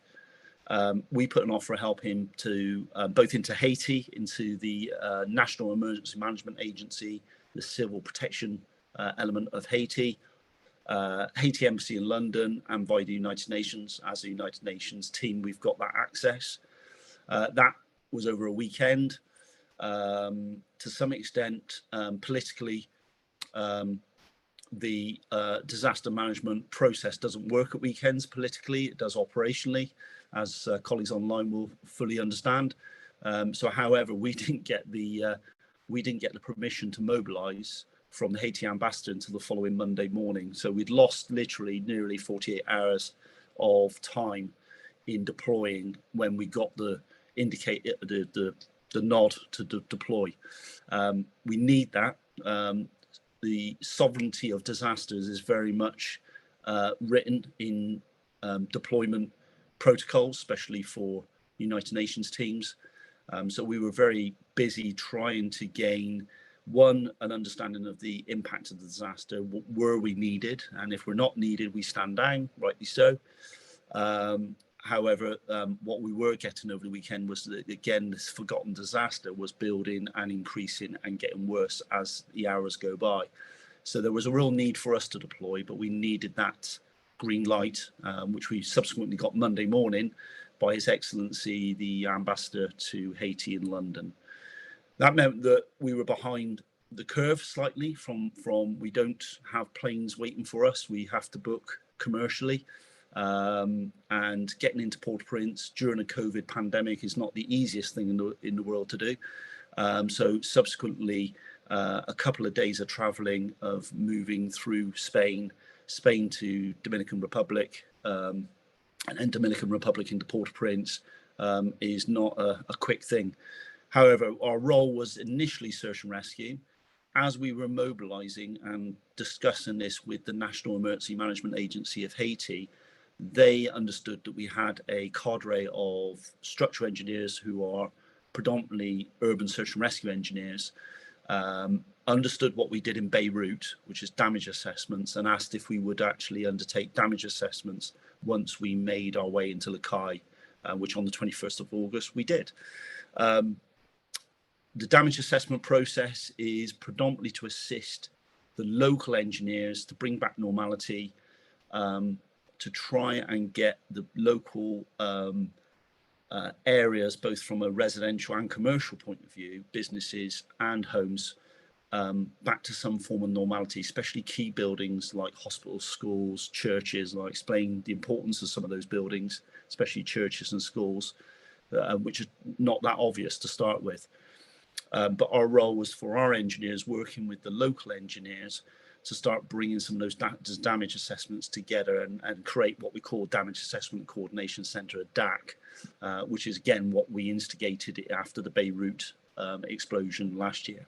Next slide, please. What's very interesting deploying, we set up, we've been doing this for 20 years. We work within the INSRAG arrangements. We learn and coordinate and partnership with other international urban search and rescue teams around the world. And we all gear up for 33 kilograms is normally what we can put on a flight. And we can put our equipment onto that flight, deploy anywhere in the world, and we're normally up and running very quickly. Haiti slightly different. So as you land in Dominican Republic, in Santo Domingo, and you want to fly to Port-au-Prince, the larger aircraft are no longer available to you.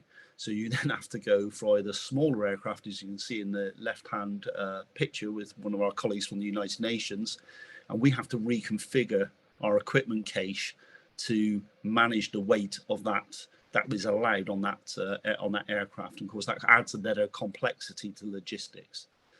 When we land, we very much then are within the coordination system of the UN, and the UN set up what they call an OSOC, as you can see in the right-hand photograph, the On-Scene Operation Coordination Centre, very much the disaster management coordination centre for the international deployment and international actors.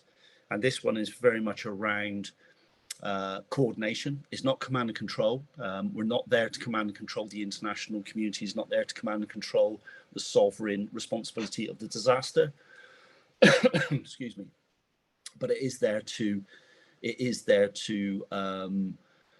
coordinate the international responders, linking in with the local emergency management agency, in this case the civil protection mechanism within Haiti, and the national emergency management agency, and to try and provide the connection and the glue and the link between what the international community can provide and what they can't provide, and to support the local response and the local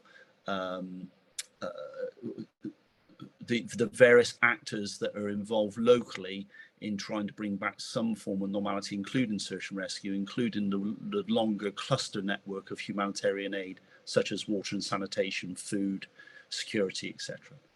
Very interesting on that photograph is there is a no gun policy in the in that hut in the OSOC. Again, security within Haiti is an interesting one. We had some quite robust risk assessments and security briefings, and I certainly noticed a difference in the security level and risk from a security point of view from 10 years ago till today. And certainly, you know, areas of Port-au-Prince, Martezan, down to Carrefour, where I think people have seen on the news where gangs are rife. They are running that area of the city, and international aid agencies and their people were being targeted. So again, a very interesting and to some extent focus your energies on a clear risk assessment of movement around Haiti. Next slide, please. Excuse me. So from a disaster management point of view, purely from disaster management UN's perspective, this slide I think sums it up really quite clearly in that the On-Scene Operation Coordination Centre, that box right in the middle, is very much the disaster management aspect of coordinating the international response, linking it in with the LEMA, the local response. Bear in mind, LEMA are still in charge. They're the command and control element. The coordination element from the international point of view is the OSOC.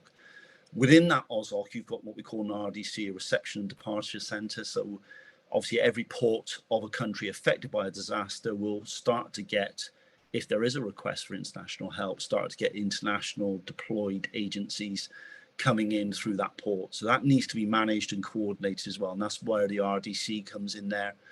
And then OSOC doesn't just look at search and rescue, it looks at the wider aspects of humanitarian response, which can go on for months, if not years after an event. But the initial response, certainly in earthquake hazards, is very much search and rescue. And what we've got there is the UCC, which is the Urban Search and Rescue Coordination Cell.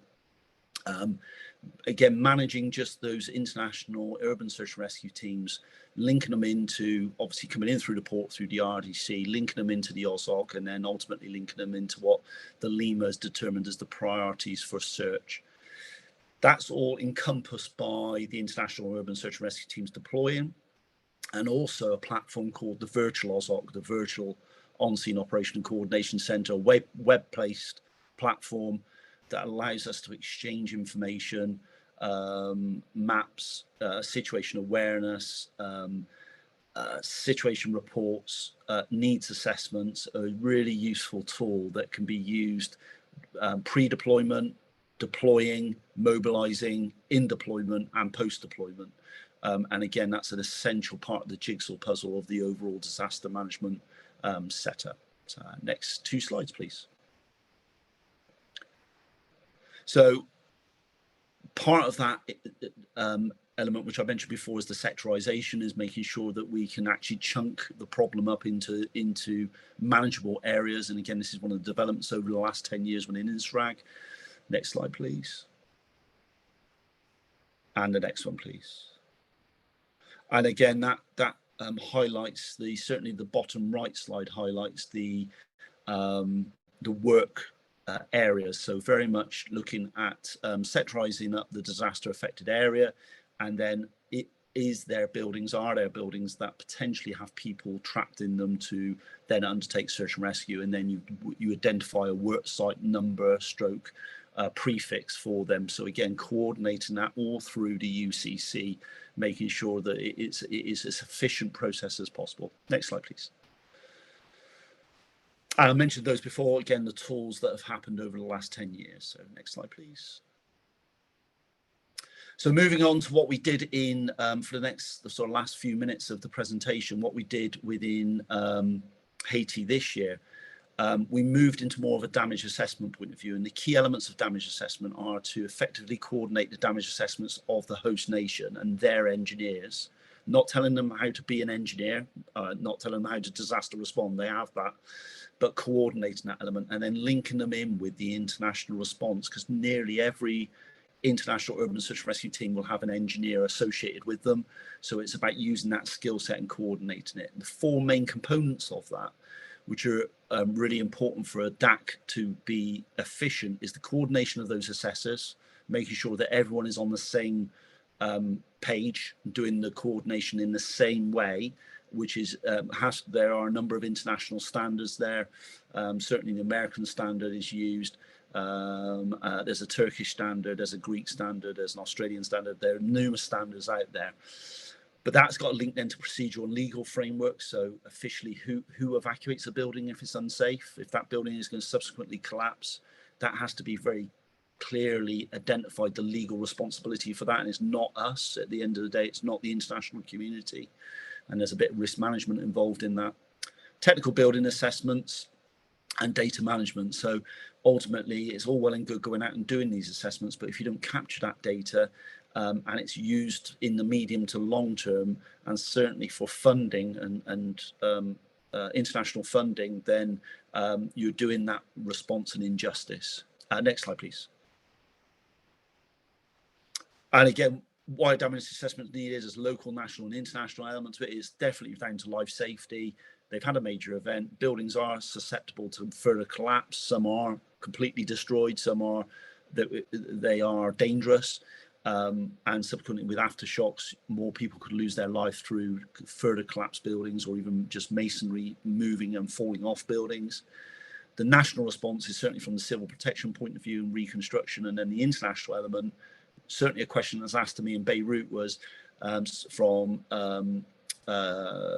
DG ECHO from the European Civil Protection Mechanism and UK Aid, if we were to give this country or this city, this amount of money, where would you like that money, or where could that money be used best, certainly within recovery and reconstruction.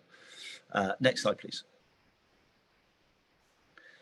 Again, just as a comment, just going through the legal procedure, some of the issues that you deal with within a DAC, and I'm not going to dwell on this slide long, but just an overview of the issues, the questions that get thrown up of the legal and procedural elements, the coordination of assessors, the technical building assessment elements of it, and the data management. And if you can answer these questions whilst you're there, or at least get some answers to some of these questions whilst you're there, you're halfway towards actually creating a sustainable system that once the team is deployed back home or demobilized back home, this process can continue on. Next slide, please.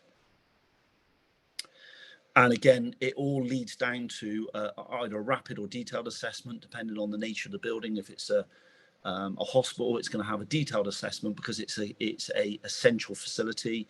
Housing at the initial stage may just have a rapid assessment, decision of habitable evacuation, and then a placarding system that's put onto the buildings. Red, obviously meaning unsafe, don't use. It may need to be. The building may need to be actually destroyed and demolished, or it may need some substantial structural repair. Yellow is predominantly part of the building is unsafe to use, but part of it is safe to use, but it needs some reconstruction.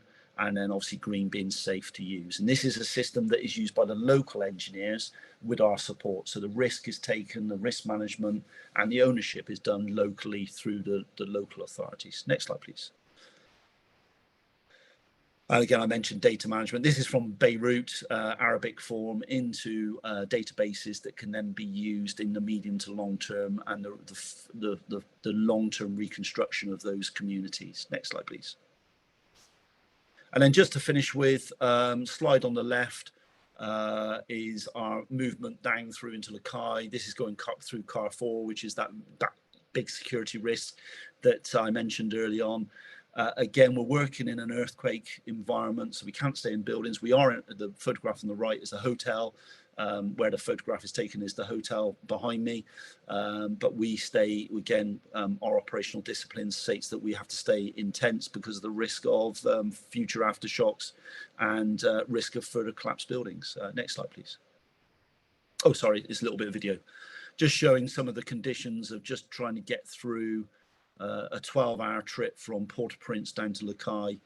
The motorbikes you see there are actually armed guards from the army. They are literally armed to the teeth with AK-47s, and we needed that armed escort all the way down through from Port-au-Prince to Lakai to maintain the safety of the team. Next slide, please.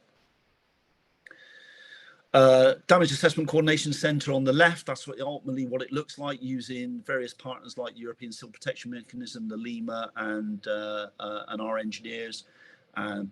Photograph on the right is one of the churches that were badly damaged in Lakai. Why is a church important? Not only is it important to the community from a religious point of view, but they become hurricane shelters during the hurricane season. So again, it's important to get some of these key facilities back up and running, or determine that they need to be condemned for future reconstruction. Next slide, please. Communications were a massive issue in Port-au-Prince. Not a problem. We have mobile phone coverage in Lakai. Everything had to be done through satellite communication system. One just adds another layer of complexity, but also makes it extremely expensive. Next slide, please. And again, for disaster management aficionados out there, this was put up at the Disaster Management Centre throughout the schools, very much an education visual indicator for the local community on the hazards that impact Haiti. And as you can see, they basically get everything from tropical storms, earthquakes, floods, tsunamis, landslides, and certainly have to cater for everything in the education of their communities. Next slide, please.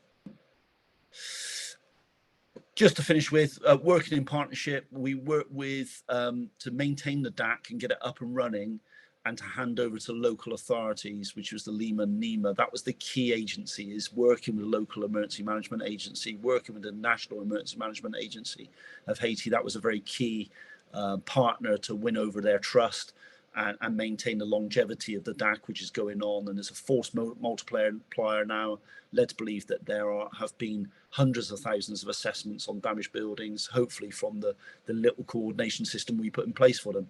But that wouldn't have happened if we didn't have excellent help from the International Office of Migration, massive UN partner that's worked in Haiti for a number of years, the European Civil Protection Mechanism, and the Swiss Embassy. And then last slide, please.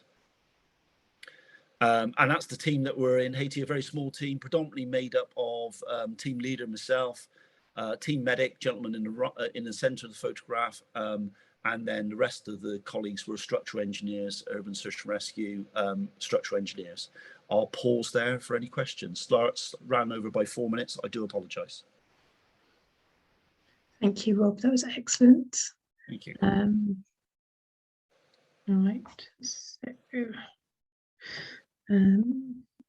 So Vlatko has asked, were there improvements regarding national preparedness compared to Haiti 2010? Yes and no. And I know that's a politician's answer, but yes and no. There were certainly working with the National Emergency Management Agency and the Civil Protection. They had what I witnessed back in 2010 compared to today. Money has been spent on them in the right areas of improving the local response, certainly from a local perspective of community-based disaster response. Now, albeit that was volunteers, not the same level of equipment or infrastructure that we would have in the UK, for instance, from an urban search and rescue point of view, but there was an uplift in understanding community-based disaster response, because ultimately they are going to be the immediate responders to some of these future disasters, and that's extremely important. It's all well and good an international team flying halfway around the world to try and help. What we should be trying to do is actually make ourselves, basically get us out of that process and try and get local response as best as it can. So from a national point of view, and that certainly had been improved. However, Haiti is a very poor country. It has numerous, since 2010, it's had numerous major disasters to deal with, not only the 2010 earthquake, but then cholera, flooding, tropical storms, and now subsequently another earthquake. So I think that there is, and also the political system in Haiti is very unusual and very difficult. And the prime minister of Haiti was assassinated this year as well.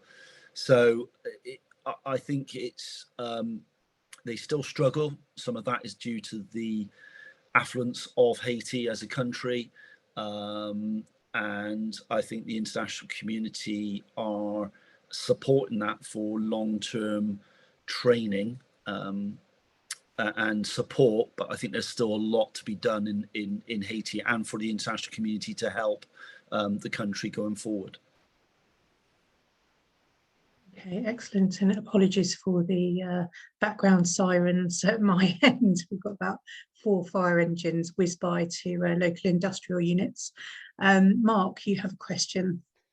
Yeah, Rob, thank you for that. I'm very mindful of something Professor Tony Redmond said many, many years ago, in that when you arrive on scene, do what you're asked to do, even if it's wrong, then slowly start getting around to doing what's right. Have you actually ever found yourself being faced in situations like that?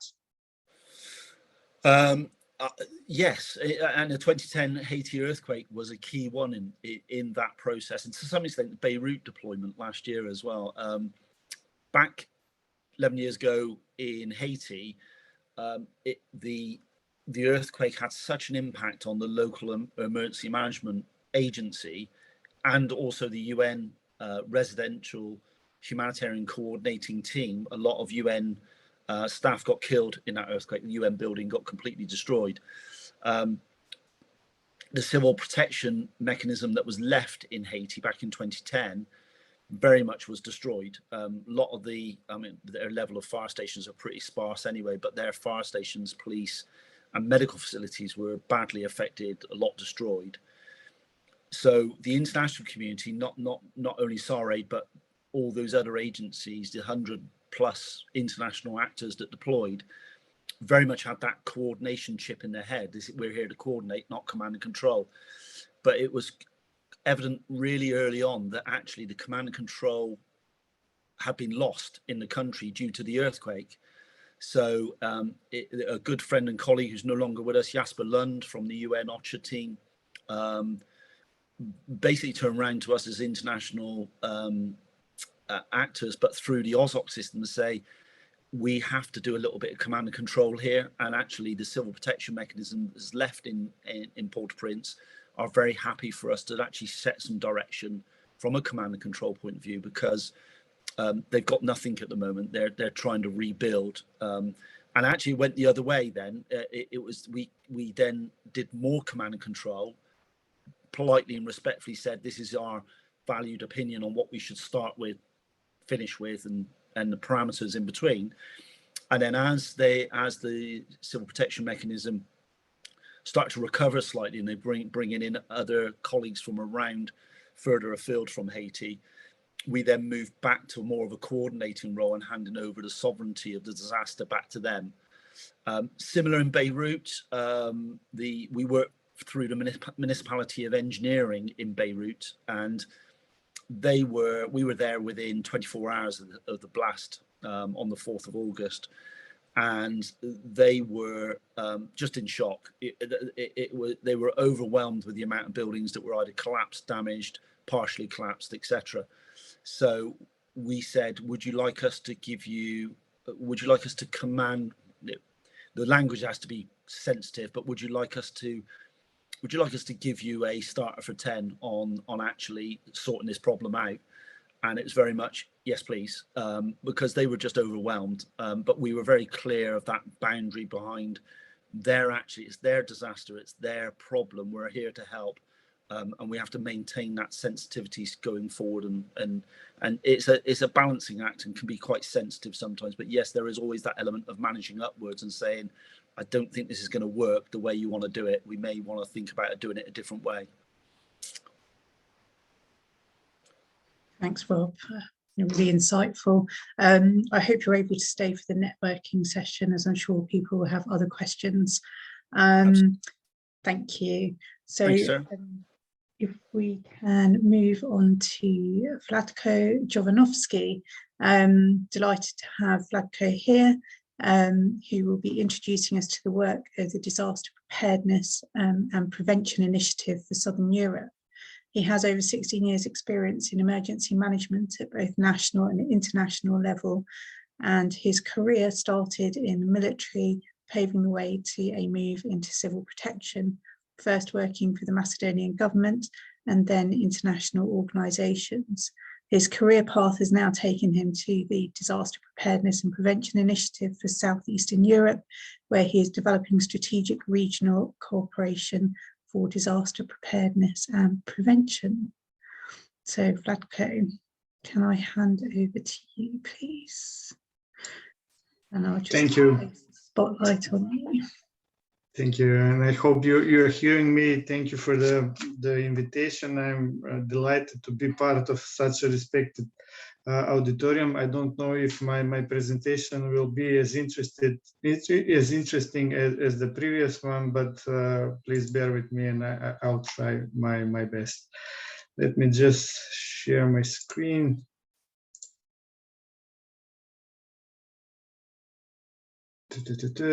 Do you see the presentation? Yes, we see it in PowerPoint format with the sidebar on the left-hand side. Okay.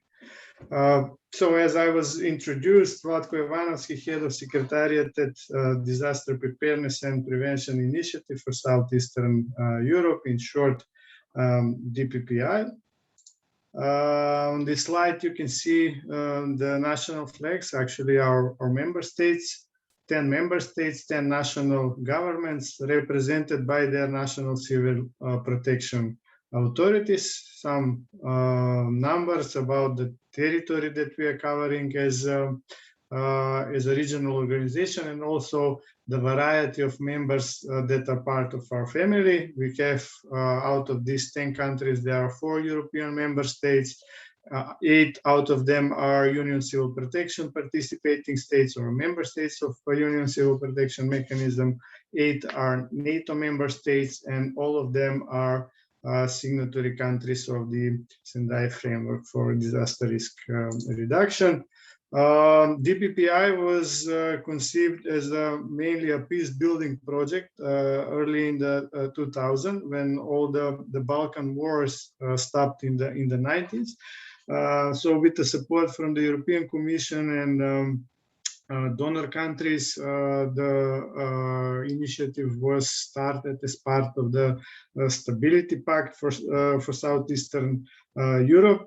It was considered relevant to gather the countries in that region around a topic which is not very political, civil protection.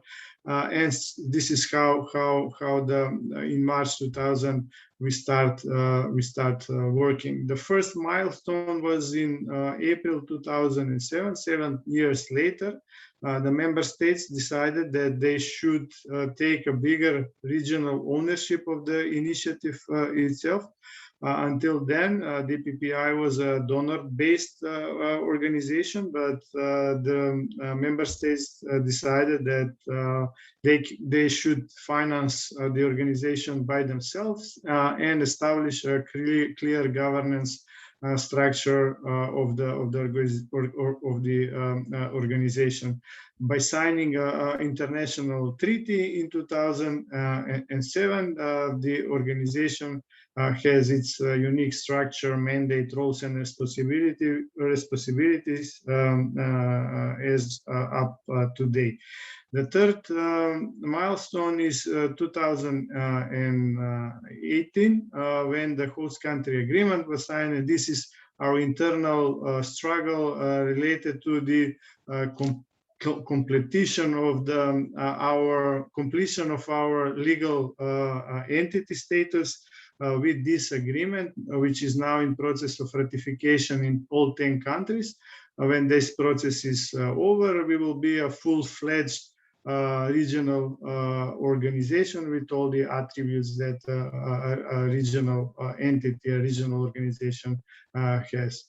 The fourth milestone is our strategic development plan for the period of 2021-2025, which is actually setting up the direction in which we want to move in the next 5 years. I will elaborate more on in the next few slides about the plan. So the objective of DPPI is actually capacity building of its member states, of the national civil protection authorities in 2 areas, preparedness and prevention. So we don't do a coordination of response in real-time emergencies. We are still functioning in Europe region, where the Union Civil Protection Mechanism is the main authority. So capacity building in preparedness and prevention. We have the regional meeting twice a year as the main decision-making body, when all the heads of services, of national civil protection services, are meeting together to discuss plans, budget, activities, etc. On an annual basis, one of the countries is chairing with DPPI. And they are rotating on an alphabetical order. This year is Bulgaria, next year it will be Croatia, and so forward. In order to maintain this continuation of strategic operation, we have a trio mechanism, which means that the current chair in office, the previous one, and the next one are sitting together and discussing strategic things of the development of the organization. And of course, we have the secretariat, which I represent. I'm head of the secretariat, which is actually responsible to make sure that everything that the countries agreed upon is implemented and enforced. Also, we do have an advisory board, and this is where our international organizations and experts, universities are sitting.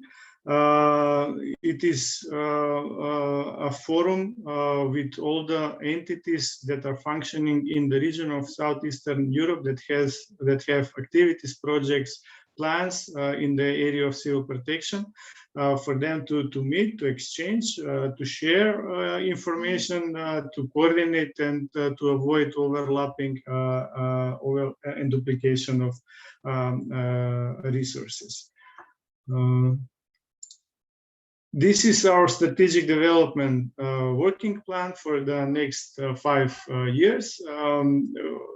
After functioning for 20 years, we had to ask again the question, are we still relevant as a regional organization, and where do we see this relevance for the region, having in mind, as I mentioned in the first slide, that most of the countries are participating states in the Union Civil Protection mechanism. What is the added value of having a regional organization as such? And during that process of designing the strategic development plan, we had received a valid inputs from the member states that a regional entity as such offers the possibility for growing mutual learning, peer learning, and further development of the national regional capacities. So we structured the strategic development working plan in 3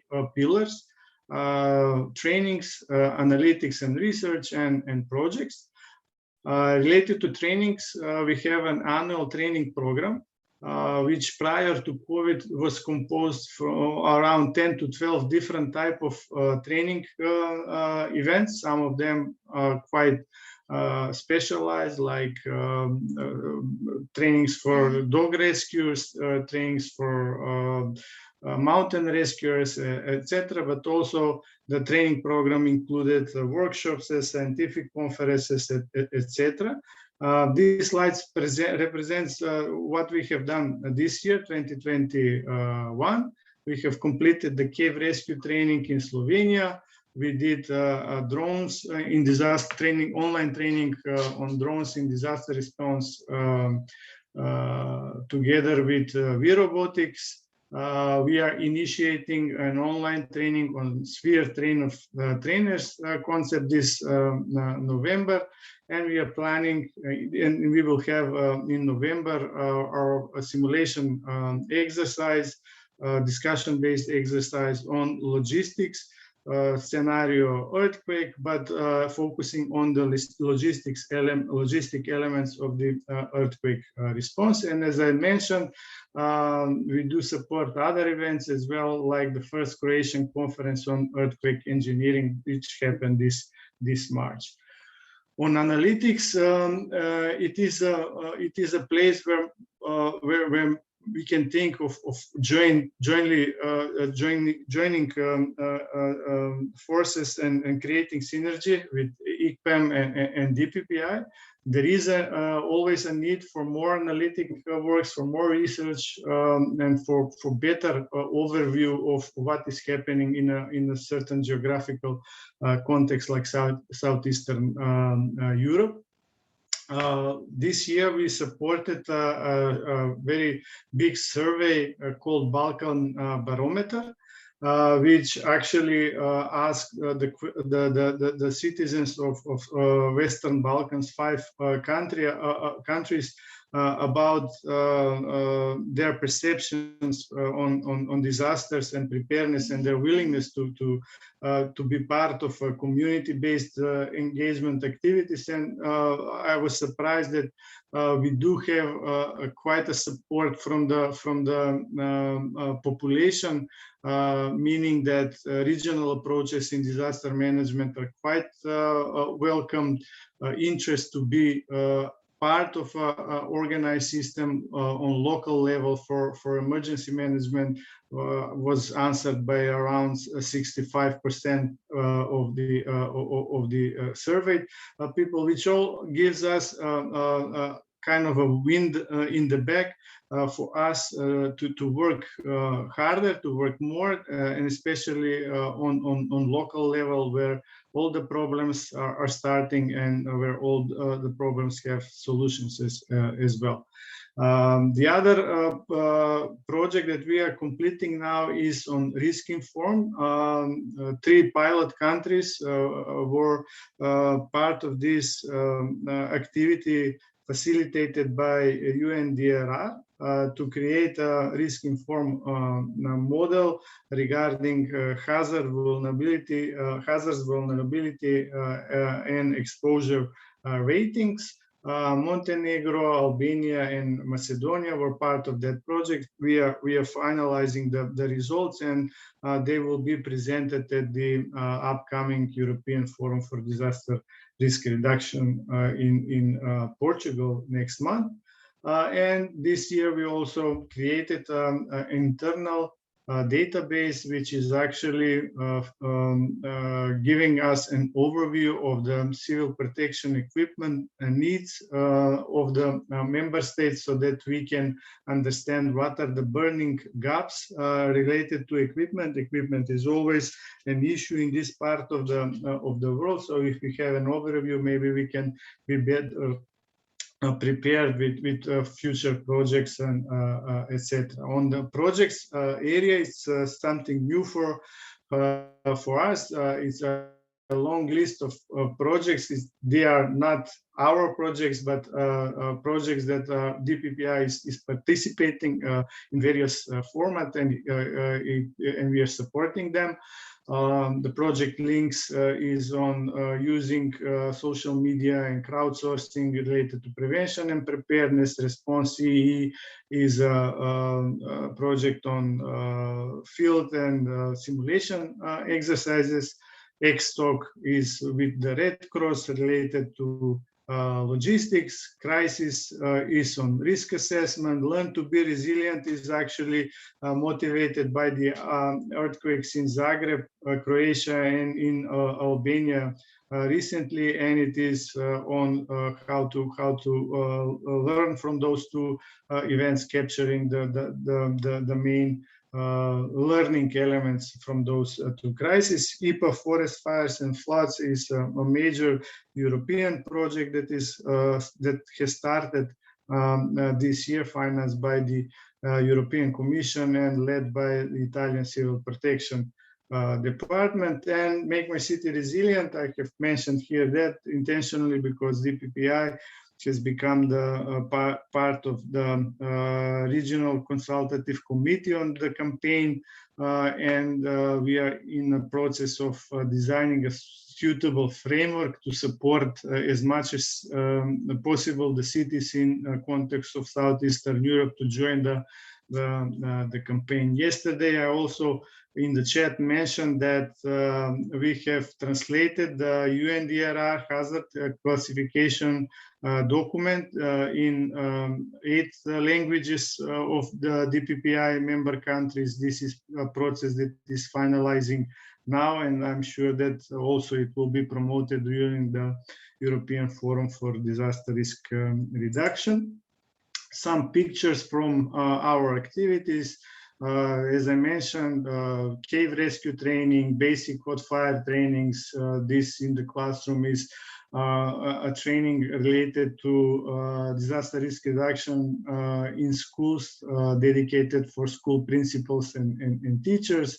A picture from a regional meeting from the advisory board, where, as I mentioned, we have the UN agencies, we have the International Federation of Red Cross, the World Bank, but also universities like Copenhagen, Lund, we have the World Meteorological Organization, etc. And this is an opportunity for me also to invite the ICPEM, if interested, to be part of our advisory board. There is no specific formalities for you to join us, to join the family. We will have our next meeting on the 13th of December. It will be online, and I use this opportunity also to invite you to join us at that meeting to see what we are doing, and if we can identify places for mutual cooperation and synergies. It will be even better. On that note, I'm completing the presentation and I'm open for questions. Thank you, Vlatko. I think we'd be delighted to collaborate with you. I'm sure there will be lots of areas that we can add value to you and your activities as well. Can I open the floor to questions?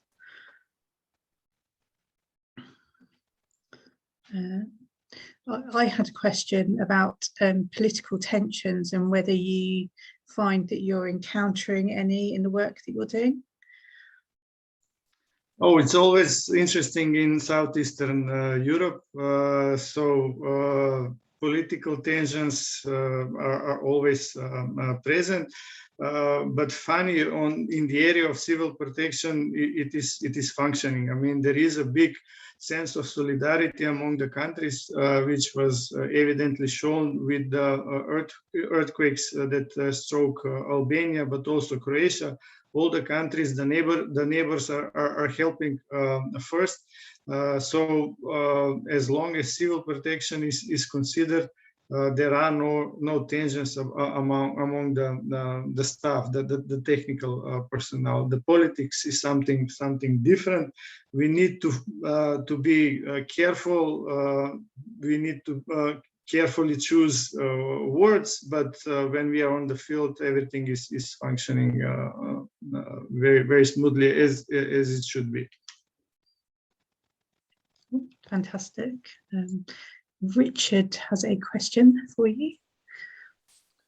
Hi, Vlatko. Great presentation, by the way. How do you manage your funding elements? So if we look at Rob's example with some of the disaster education in Haiti, you've got backing of the Norwegian government, Canada Tourism, other elements like that might be governmental or private. So how do you this is a significant capability you're standing up. How do you fund it? Thank you. As I mentioned, up until 2007, DPPI was a donor-based organization, so mainly supported by the Swiss government, Norwegian, US, European Commission.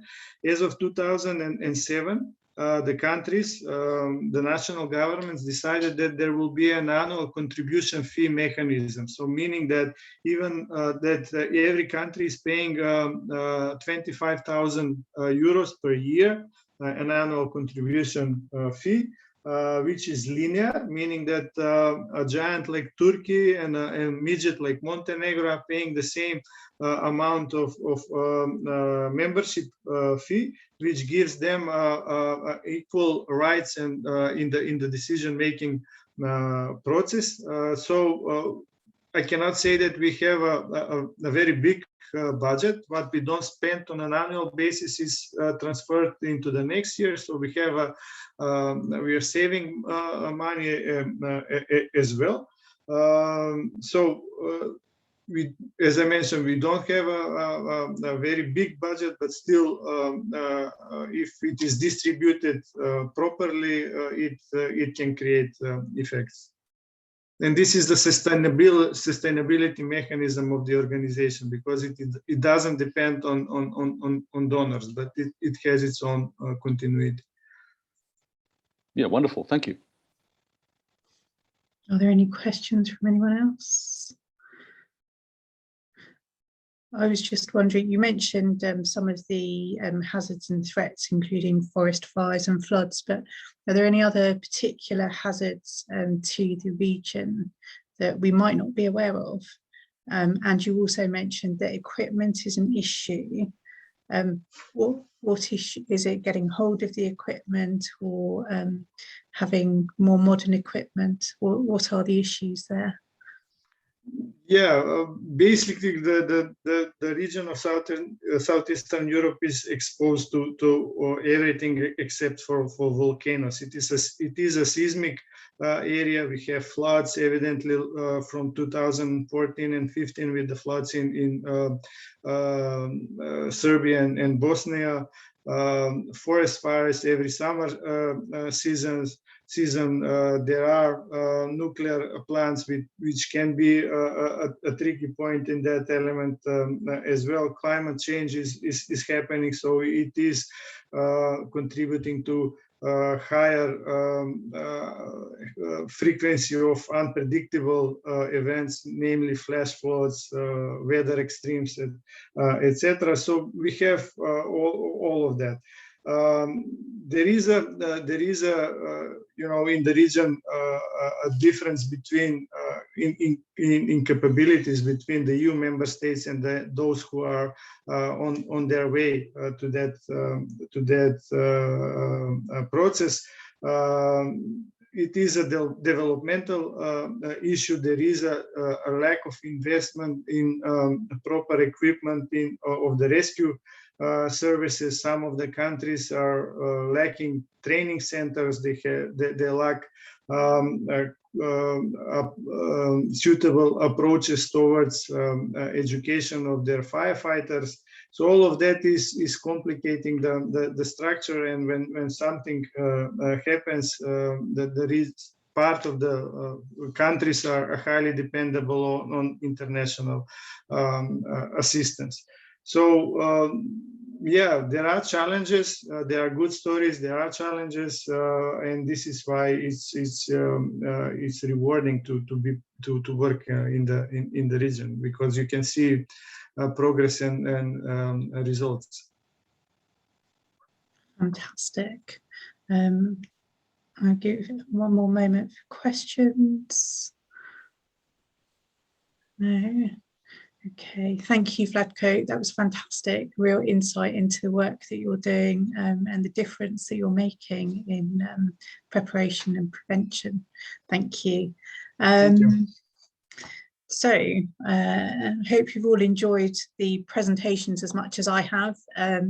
Certainly given me much food for thought, and it has also been really good to get together with you all. We have a short networking session where we'll keep the conference open probably just for the next 15 minutes, but it won't be recorded, so people can carry on discussions as well in a more informal setting. Next year's conference, we plan to have a blended approach, in person and virtual, to enable the speakers and attendees from around the world to participate. So any budding speakers or volunteers in organising the conference would be welcome. To be delighted to start working with you early. We're always keen to welcome new members, so if you're not a new member of ICPEM, if you're not a member of ICPEM, please visit our website for details of how to join or reach out to one of us. And if you're supported and interested lost my words. If you're interested in supporting any of our initiatives or getting involved in even a small way, do reach out. We're always delighted to hear from you, and we're really excited to see what happens with the new special interest group for research. Thank you, Pete Davis. So this brings us to the formal end of the conference, and I will stop recording.